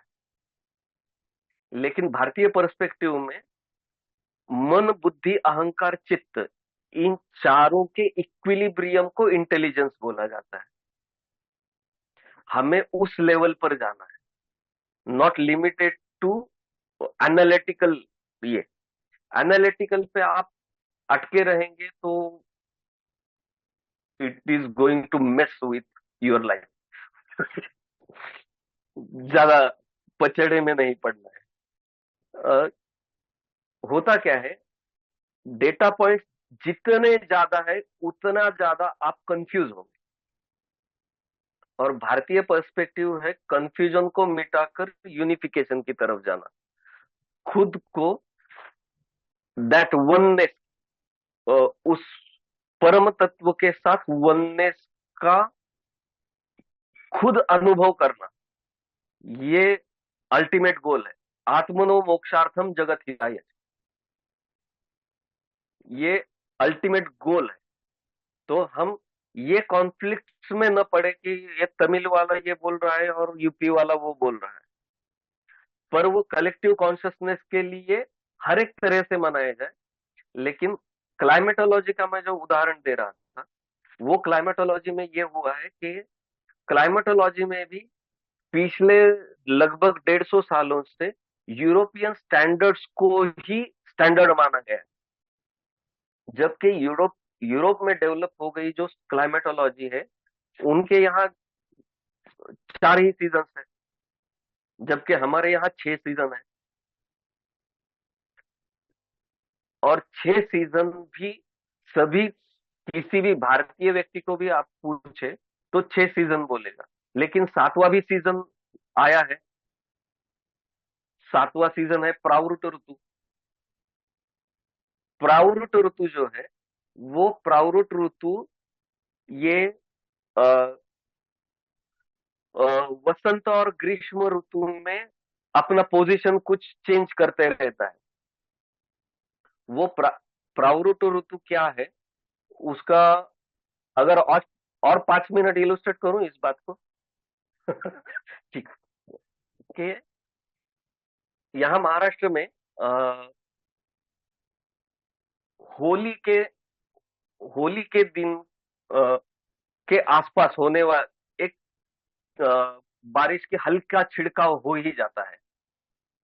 और उसको मराठी में उसको एकदम ग्राम्य भाषा में, ग्रामीण भाषा में उसको शिमग्याचं शिपणं बोलते। शिमगा होली को बोला जाता है, और शिपणं यानी छिड़काव, यानी हल्की बारिश होती है होली के आसपास के दिन। लेकिन आज और दूसरा, उसका प्रावरुट ऋतु का दूसरा पार्ट आता है जिसको मराठी में वळीव बोलते हैं। यानी गर्मी अपने पीक लेवल पर जो होती है उस समय, वर्षा ऋतु से पहले गर्मी जब अपने पीक लेवल पर होती है तब मूसलाधार बरसात जो होती है उसे वळीव कहते हैं। अब ये दोनों मिलाकर प्रावरुट ऋतु कहा जाता है। इसका पोजीशन चेंज होते रहता है लगभग 1 महीने के डिफरेंस से। वो चेंज होने का गणित क्या होगा वो भारतीय ऋतुशास्त्र में आता है। प्रावरुट ऋतु जो भारतीय क्लाइमेटोलॉजी में बताया गया, भारतीय ऋतुशास्त्र में बताया गया, उसका 60 संवत्सरों का चक्र है। 60 संवत्सरों का जो चक्र आता है उसमें प्रावरुट ऋतु कौन से संवत्सर में कहां पर आएगा ये हम कैलकुलेट किया जा सकता है। ऐसे कुछ डेटा पॉइंट्स मेरे पास है। तो अब मॉडर्न इसमें क्या होता है कि कमर्शियलाइजेशन, मॉडर्न लाइफस्टाइल, इसमें क्या होता है कि समझो गन्ने की फसल, ये एक महत्वपूर्ण भाग, इंपॉर्टेंट पार्ट है। सभी के सभी शुगर फैक्ट्रीज दशहरे के दिन शुरू होते हैं, विजयादशमी पर मुहूर्त करके उस साल का मैन्युफैक्चरिंग शुरू हो जाता है। उसके बाद वो उनका टारगेट कंप्लीट करने के बाद उनका 3-4 महीने का मेंटेनेंस पीरियड होता है। उसके बाद फिर से अगले आने वाले दशहरे को ये शुगर फैक्ट्री शुरू करना। अब होता क्या है, यहाँ रेफरेंस पॉइंट क्या लिया है हमने कि दशहरे के दिन शुगर फैक्ट्री शुरू करनी है। हमारे आज के लाइफस्टाइल के कमर्शियल रेफरेंस पॉइंट लिए है ना। लेकिन भारतीय ऋतुशास्त्र से अगर देखा जाए तो एक्चुअल अब क्या होता है कि दशहरे के दिन अगर शुगर फैक्ट्री शुरू होगी तो उसके आगे आने वाले 4 महीने तक खेतों में गन्ने की कटाई चालू रहेगी। तो यानी लेकिन भारतीय इसमें अभी दशहरा कब आता है, नवरात्र के बाद 10वां दिन। नवरात्रि में through out India, through out हमारे भारतवर्ष में एक भाग ऐसे है कि नवरात्रि का जो भगवती देवी की जो आजू बाजू में डेकोरेशन होता है, आरास जिसे कहते हैं, उसमें धान बीज डालकर उगाना ये एक डेकोरेशन का पार्ट है, हर जगह होता है। तो वो यानी बीज परीक्षण का टाइम है हमारे कल्चर में, क्लाइमेटोलॉजी के हिसाब से। अब वो यानी आपके घर में माँ भगवती के कुछ आरास डेकोरेशन किया है, पूजा अर्चा सब कुछ है, जब आपके घर में मैं उनके दर्शन के लिए आकर प्रसाद लेकर जाऊं, ये हमारा कल्चरल ये है, रिलेशनशिप्स है। आपके घर में आकर वो दर्शन लेते वक्त मुझे बाजू के किए हुए डेकोरेशन में ये समझेगा कि आपके यहाँ जो धान डाला हुआ है वो कितनी अच्छी तरह अंकुरित हुआ है। तो यानी ये प्रैक्टिसिंग था कि किसके घर में कौन से धान का किस तरह से, यानी बीज परीक्षण है। तो गांव में कौन से घर में कौन से फसल का बीज सबसे अच्छा मिलेगा, हम ये गांव में पता चलता था एक दूसरे को। तो यानी फिर उसका उसके खेत में समझो आपके खेत में गेहूं का बीज अच्छा दिखा है, सामने डेकोरेशन में दिख रहा है कि ये बहुत ही एकदम अच्छी तरह अंकुरित हुआ है, तो यानी आपके खेत में जो गेहूं पैदा हुआ है वो अगले बीज के लिए यूज करना सबसे अच्छा होगा, क्योंकि उससे अच्छा क्रॉप मिलेगा। तो ये 9 दिन परीक्षण है। उसके बाद दशहरे के बाद दिवाली तक गेहूं की बुआई होनी चाहिए। ये हमारा ट्रेडिशनल क्लाइमेटोलॉजिकल ये है। आज क्या होता है कि दशहरे के दिन अगर आप शुगर फैक्ट्री शुरू करोगे, उसके बाद 3-4 महीने खेतों में गन्ने की कटाई चलेगी। हाँ, तो यानी जो गेहूं बोने का समय है उसका दिवाली से पहले वो किसी को नहीं मिलता है, क्योंकि खेत में गन्ना अभी है, कटाई नहीं हुई। तो उस वो एक्सटेंड होता है, समझो मेरे खेत में गन्ने की कटाई हुई दिसंबर महीने में, एक्चुअली अक्टूबर के एंड में या नवंबर के फर्स्ट वीक में मेरे घर में गेहूं की बुआई हो जानी चाहिए थी मेरे खेत में। लेकिन वहां पर अभी गन्ना है, कारखाने पर गया नहीं है, तो कटाई में दिसंबर तक चला गया।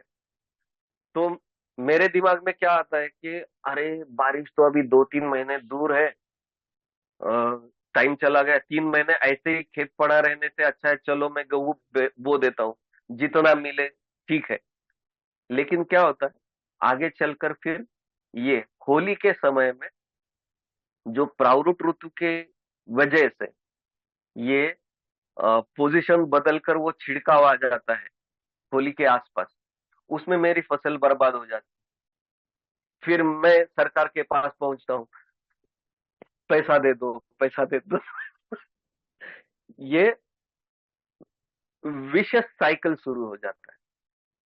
क्यों क्यों क्योंकि हम हमारे यहाँ की क्लाइमेटोलॉजी नहीं समझ पाए, प्रावरुट ऋतु को नहीं समझ पाए। अगर दिवाली से पहले मेरे खेत में गेहूं बोया बोया बोज बोया जाएगा, आगे चलकर मैं होली से पहले गेहूं की कटाई करके क्रॉप को कैश करके आराम से बैठा रहता, और होली के आजू बाजू में जो वो छिड़काव होगा, जिसे शिमग्या से शिपन कहते हैं मराठी में, वो प्रावरुट ऋतु के वजह से जो होगा, उसके बाद में गर्मी के सीजन में क्या करना है मुझे, जिस एक्चुअली नवंबर दिसंबर में जो गर्मी में आने वाले जो क्रॉप्स है उनकी तैयारी शुरू होती है। मैक्सिमम फ्रूट्स होते हैं, आम वगैरह का सीजन, वसंत ऋतु में सारे फ्रूट्स वगैरह, फूलों का भी सीजन होता है, उसकी तरफ मैं ध्यान दे सकता हूँ अगर मेरा गेहूं चला गया है। ये साइकिल, अब ये क्लाइमेटोलॉजी तमिलनाडु में अलग से चलेगी, महाराष्ट्र में अलग से चलेगी, यूपी में अलग से चलेगी। तो वहां के पंचांग उस हिसाब से डेवलप हुए हैं, तो वहां की कल्चरल इसके लिए वो जरूरी है। इतना डेप्थ में मैं ये सारा इलस्ट्रेशन इस वजह से किया है, ये बताने के लिए कि अलग अलग जगह पे ये होना जरूरी है, वहां के क्लाइमेटोलॉजिकल कंडीशंस के हिसाब से। इसलिए अब फिर मुझे ये समझना होगा कि अगर महाराष्ट्र में मैं इस क्लाइमेटोलॉजिकल कंडीशंस में, इस जियोग्राफी में, अगर मैं दाते पंचांग फॉलो करता हूं, तो अगर मैं कल यूएस में जाऊं, मेरी जॉब लगे, या यूएस छोड़ो, मुझे मेरी नौकरी अगर मुझे जम्मू कश्मीर में कोई पोस्टिंग मिल गई, या मेरी कंपनी ने मुझे भेजा है जम्मू कश्मीर में जाकर 4 दिन 4 साल वहां रहो, हम्म, तो मैंने वो सेंस मेरा होना चाहिए कि वहां का, वहां के लिए क्या यूजफुल पंचांग है। जब मैं वहां पर रह रहा हूं तो वहां के उस जियोग्राफी के लिए जो यूजफुल है वो ही यूज करना चाहिए ना। जो महाराष्ट्र में यूजफुल है वो वहां कैसे फॉलो कर सकता हूँ, ये समझ में पहले आता था, क्योंकि हर एक गांव में ये जोशी सरनेम जो है ना हमारे पास, जोशी कॉमन सरनेम है। आप यूपी में भी जाओ जोशी मिलेंगे, तमिलनाडु में भी जाओ जोशी मिलेंगे। जोशी ये अपभ्रंश है ज्योतिषी शब्द का, यानी हर एक गांव में उस गांव के लिए पंचांग बनाने वाला जो व्यक्ति था उसे ज्योतिषी कहा जाता था, जो प्राकृत दृष्टि से अपभ्रंश होकर जोशी सरनेम बना है। यानी हमारे यहाँ पुराने जमाने में हर एक गांव का पंचांग बनाने वाला एस्ट्रोफिजिसिस्ट मौजूद था। जो कनेक्ट हम पिछले 1500 से, वो कनेक्ट ही नहीं रहा है। वो कनेक्ट रहा नहीं, उसके लिए सबसे मेजर कारण ये है कि श्रद्धा केंद्र तो हमारे डिस्ट्रॉय हो ही गए, उसी के साथ हमारे ज्ञान केंद्र डिस्ट्रॉय हुए। नालंदा, तक्षशिला, वल्लभी वगैरह ये सारी यूनिवर्सिटीज नष्ट हुई है। 90% नालंदा का एग्जाम्पल बताया जाता है कि वो, उसको आग लगाई तो वो 3-6 महीने कुछ जल रहा था, इतनी सारी ग्रंथ संपदा जल गई।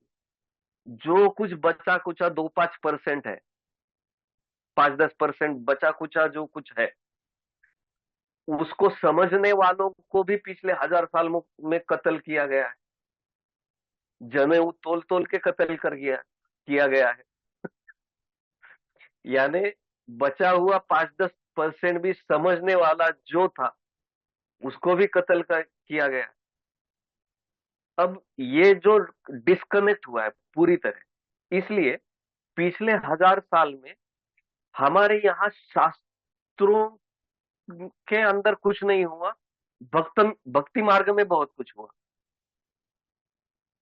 यानी संत ज्ञानेश्वर से लेकर आधुनिक काल, यानी महाराष्ट्र में तुकाराम जी वगैरह वगैरह है, या फिर रामचरितमानस जैसी रचनाएं वगैरह वगैरह, भक्ति मार्ग में बहुत कुछ हुआ। लेकिन ज्ञान केंद्र डिस्ट्रॉय हो गए थे, इसलिए ज्ञान मार्ग में ज्यादा कुछ हो नहीं पाया। तो उसका क्रेडिट यूरोप को मिल गया क्लॉक बनाने का। ठीक है, चलो उसको अभी जाके सुधार लेंगे। लेकिन 1000 साल बाद सुधारना है तो हमें कुछ ज्यादा कष्ट करने पड़ेंगे, ज्यादा सिंसियरली उसे समझना पड़ेगा और डीपली समझना पड़ेगा। तो सॉरी, एक एक सवाल का मैं इतना बड़ा आंसर दूंगा तो ठीक है, मैं शॉर्टेस्ट आंसर दूंगा अगर कुछ सवाल है तो। नहीं नहीं सर, आप बिल्कुल सारा टाइम लीजिए। मेरा एक और क्वेश्चन था सर कि जैसे अभी का जो हम लोग टाइम फॉलो करते हैं वेस्टर्न कॉन्सेप्ट पे, उस पे एक स्टैंडर्डाइज मेरिडियन फॉलो होता है। तो उसी हम्म। के बेसिस पे अगर आप जैसे अगर मैं डिजिटल वॉच पहना है तो मेरा टाइम हम्म। ऑटोमेटिकली चेंज हो जाएगा जब मेरा टाइम जोन हाँ चेंज होगा। जी। तो अभी वही चीज हम कैसे करेंगे अगर मैं प्रोडक्ट कालायान के हिसाब से बना रही हूँ? हाँ, कालायन बेसिकली इनहेरेंटली वो जीपीएस एक्टिव है। तो यानी आपको समझो, आप समझो एनआरआई, यूएस में सेटल्ड है आप, लेकिन इंडिक वहां के लोग ज्यादा अच्छी तरह फॉलो करते हैं जितना मुझे समझता है, क्योंकि वो अपनी लैंड से दूर जाते हैं तो ज्यादा भावनाएं जुड़ी होती है, अरे मेरा culture, I am missing it तो ज्यादा अच्छी तरह करने का प्रयास करते हैं। समझो आप यूएस में सेटल्ड है, एनआरआई है, और 2-4 साल में इंडिया कभी आकर यहाँ पर विजिट कर कर फिर अपने करियर के लिए वापस जाती है। अब समझो कोई भी एक व्रत ले लो, समझो आप किसी श्रावण में, समझो आपने सत्यनारायण का व्रत लिया है कि श्रावण के महीने में मैं मेरे घर में सत्यनारायण करूंगी। हम्म। तो समझो इस साल आप इंडिया में सत्यनारायण है उस श्रावण के महीने में। हाँ? तो यहाँ के जीपीएस एक्टिव डिवाइस पर यहाँ के टाइम रिलेवेंट आपको मुहूर्त मिलना चाहिए। और अगर अगले श्रावण पे अगर आप यूएस में हैं तो वहां के लॉन्जिट्यूड लैटिट्यूड के हिसाब से आपको ये मिलना चाहिए मुहूर्त, क्योंकि यहाँ का गुरुवार अलग है, वहां का गुरुवार अलग। तो इसीलिए कालायन जीपीएस एक्टिव ही रखा गया है कि मुहूर्त भी उस लोकेशन के हिसाब से ही मिले आपको। जो अगर कोई सदगुरु जी हो, स्वामी रामदेव जी हो, श्री श्री जी हो, कोई भी x Y Z yoga guru जी है, उनके हम फॉलोअर्स हैं, लाखों फॉलोअर्स हैं उनके। तो उनका कोई प्रवचन चल रहा है अभी टीवी किसी मीडिया पर, और हम सब लोग सुन रहे हो। हाँ? अभी के करंट इसमें स्पीच में उन्होंने ये बोल दिया कि कल के ब्राह्म मुहूर्त पर आप ये छोटा सा यौगिक प्रयोग करके देखो। हाँ? तो हम सब तो जितने सारे लाख लोग, 2 लाख लोग उनको सुन रहे हैं, उनमें से कम 1000-2000 तो ऐसे हैं कि जो सीरियसली फॉलो करेंगे। तो लेकिन अब बात ऐसी आती है कि आप बैठी हो कलकत्ता में, मैं बैठा हूं पुणे में, कोई तीसरा बैठा है और कहीं पे। तो इन गुरुजी ने बताया है कि ब्राह्म मुहूर्त पर करो। आज क्या होता है, हम ब्राह्म मुहूर्त मुहूर्त रैंडमली सुबह 4 बजे समझते हैं, जब घड़ी में 4 बज जाए तब ब्राह्म मुहूर्त है। लेकिन कलकत्ता के और पुणे के ब्राह्म मुहूर्त में 1.5 घंटे का फर्क है। लेकिन दोनों ये स्टैंडर्ड टाइम के हिसाब से चल रहे हैं। अब आप अगर कलकत्ता में हो तो आपके लिए ब्राह्म मुहूर्त मेरे से पहले 1.5 घंटा आएगा, वो आपको समझना चाहिए। तब वो यौगिक प्रैक्टिस का कुछ इंपॉर्टेंस रहेगा, कुछ यूज रहेगा। ऐसे बहुत सारे हैं। ये योग शास्त्र का भी मैंने बहुत सारे लोग प्रैक्टिस करते हैं उसको इसलिए बताया, क्योंकि पारंपरिक दृष्टि से उपवास वगैरह ये पुरानी चीजें हो गई लोगों के लिए वो सिर्फ और सिर्फ एक ट्रेडिशन के लिए फॉलो होता है, बस और कुछ नहीं। लेकिन आज अगर प्रैक्टिस करते हैं योग में या संगीत में भी, आ, संग, आप संगीत में कुछ जानकारी रखती है रस, ठीक है। लेकिन 7 स्वर होते ही ये तो मालूम रहता है, सभी को मालूम है। लेकिन जो थोड़ा भी जानकार रहता है, उसे पता रहता है कि 7 नहीं 12 स्वर होते हैं, कोमल और तीव्र पकड़कर। उसके बाद आता है कि लेकिन जो सच्चे में रसिक है ना, उसको सिर्फ ये अनुभव होता है। वो शास्त्र जानता है कि नहीं पता नहीं, लेकिन उसे अंदर से कुछ फीलिंग होता है। समझो पंडित भीमसेन जी का किसी स्वर पर कुछ कुछ तो उनके कंसर्ट्स ऐसे हैं कि समाधि का भी अनुभव हो जाता है कुछ लोगों को। यानी वो अंदर का अनुभव होता है। हम्म? वो मॉडर्न एनालिटिकल वे में से उसको डिस्क्राइब नहीं किया जा सकता। अब वो क्या है, उसके पीछे जो शास्त्र है वो ये है कि अ, श्रुति, ग्राम और मूर्छना नाम से कुछ बातें डिफाइन हुई है हमारे भारतीय संगीत शास्त्र में। वो क्या है? श्रुति किसे कहा जाता है? कि जो कोई स्वर निकलता है, मैं संगीत क्रिया करते समय जो स्वर मैंने छेड़ा है गले में से या किसी इंस्ट्रूमेंट में से, वो स्वर जहां तक एक्सटेंड होता है, एक्सटेंडेड उसका जो पोर्शन है, जिस पॉइंट पर जाकर वो विलय हो जाता है, विलुप्त हो जाता है, उस पॉइंट को श्रुति कहा जाता है। अब भारतीय संगीत शास्त्र में ताल का डेफिनेशन आता है कि संगीत क्रिया में व्यतीत होने वाले काल को गिनने का साधन है ताल। ये संगीत शास्त्रीय डेफिनेशन है ताल का। अब इसमें यह होता है कि अ, कौन सी श्रुति ताल के किस मात्रा पर उसका संगम होता है, श्रुति और मात्रा का संगम, इस पर उस संगीत क्रिया से कौन सा रस निष्पत्ति होगी, ये बताया जाता है। अब वो रस जो निर्माण हुआ है संगीत क्रिया से, उस उसको सुनने वाला श्रोता अपने मन और बुद्धि से कुछ रिएक्ट करेगा।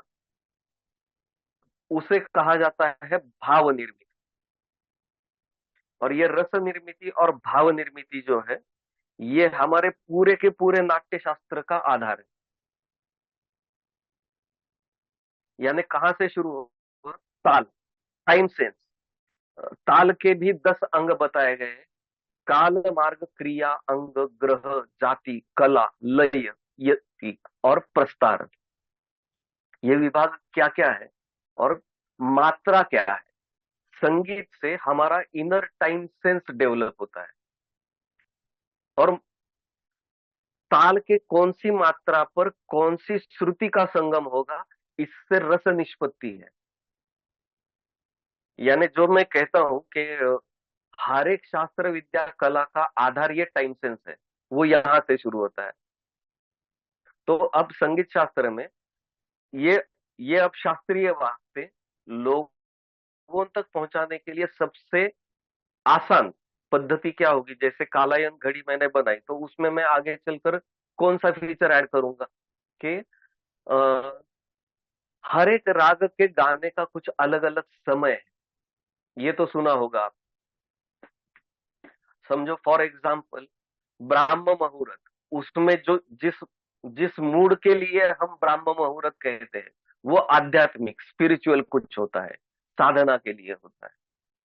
तो वो साधना की गंभीरता और उसका अलर्टनेस, इसके लिए हेल्पफुल जो राग है वो सामान्यतः आधुनिक भाषा में राग कहा जाएगा उसे।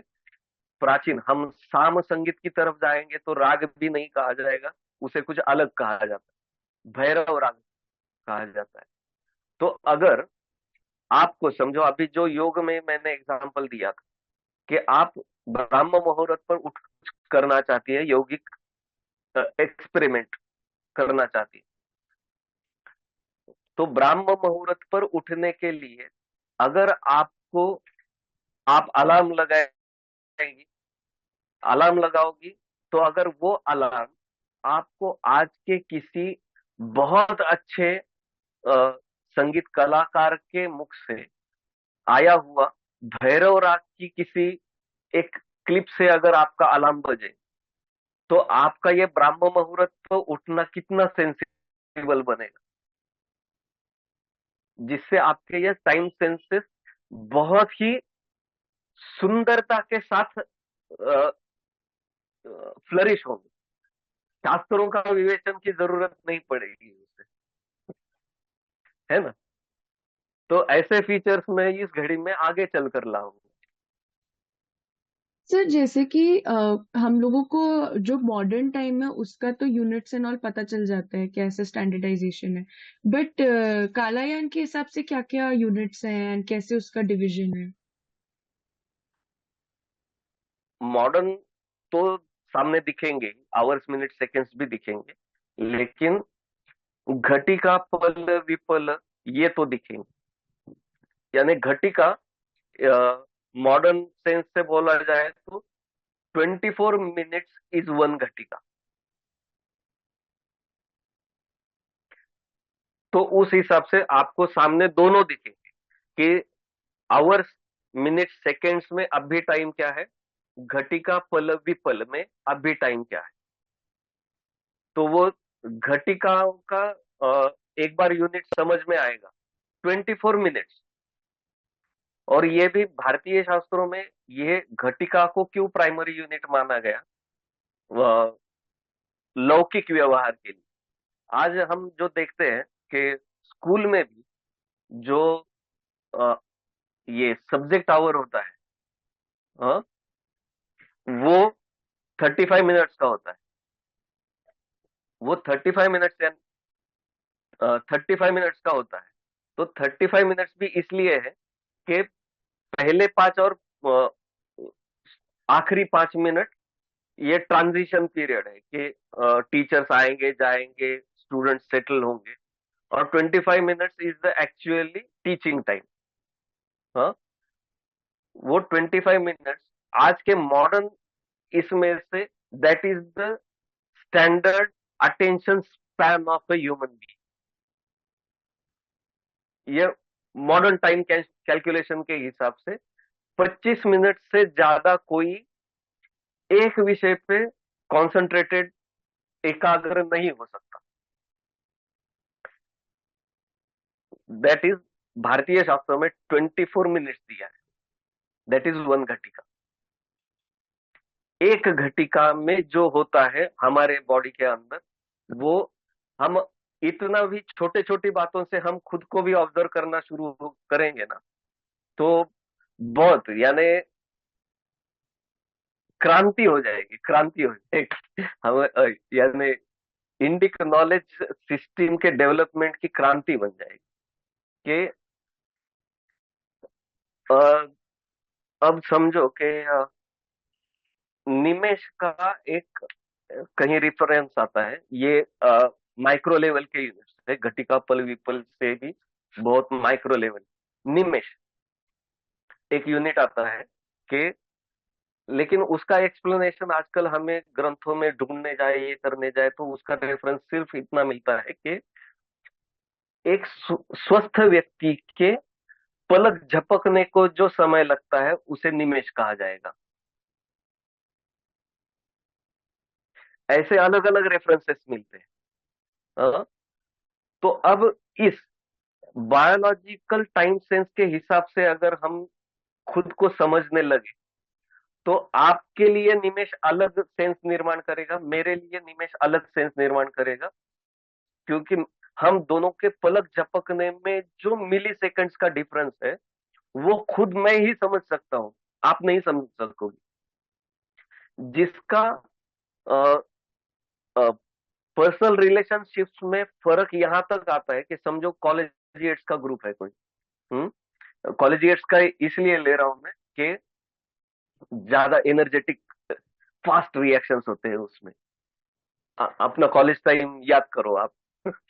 तो वो जो फास्ट पीक लेवल का एकदम एनर्जेटिक फुल फुल फोर्स का वो होता है, उसमें क्या होता है कि अ, एक दूसरे का मस्ती मजाक करना वगैरह ये तो सभी में चलता रहता है। उसमें जो व्यक्ति, मैंने बताया किया हुआ कोई जोक है, या कोई कमेंट हो, वो समझने में 1 सेकंड का भी डिफरेंस लगा देता है ना कोई,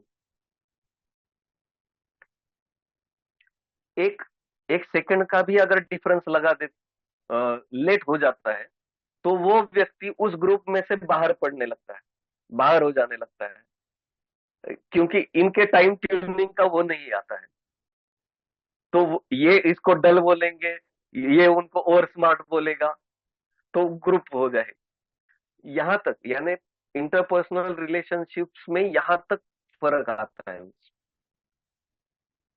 ये उन यूनिट्स को समझने के लिए, यानी घड़ी में भी दिए जाएंगे वो, घड़ी में मैं कुछ आगे चलकर वो टैब भी दूंगा कि उस पर आप अगर क्लिक करोगे तो it would navigate you to my website.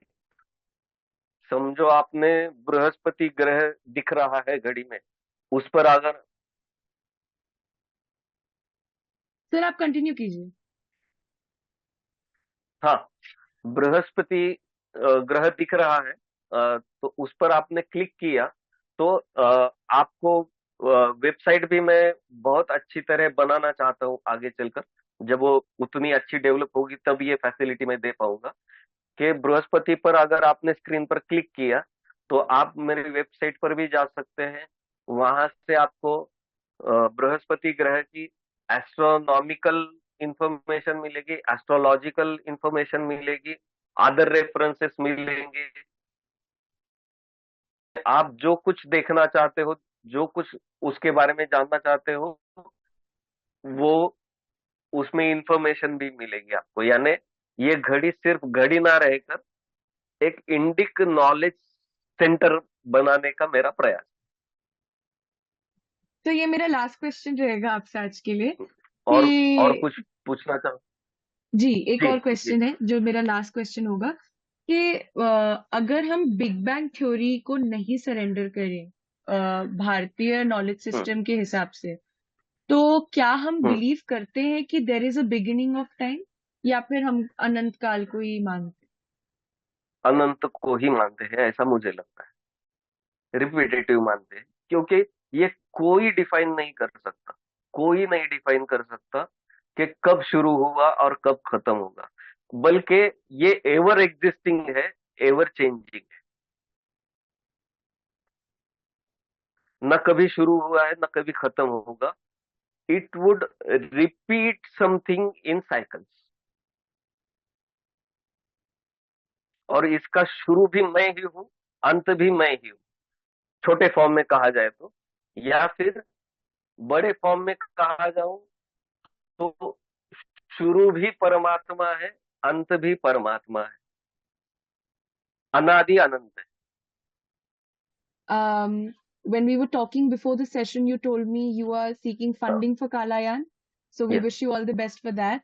And thanक you again for contributing to your genius thank toward you. the Indic rejuvenation. Thank you again, sir, and we wish to have more such talks with you. और मेरे प्रयासों को platform देने के लिए आपको भी बहुत बहुत दिल से धन्यवाद। सर ये ये तो बातें लोगों तक पहुंचनी चाहिए, बिल्कुल ये हम सब मिलकर प्रयास करें। बिल्कुल। Thank you sir, thank you very much. नमस्ते। Thank you, thank you.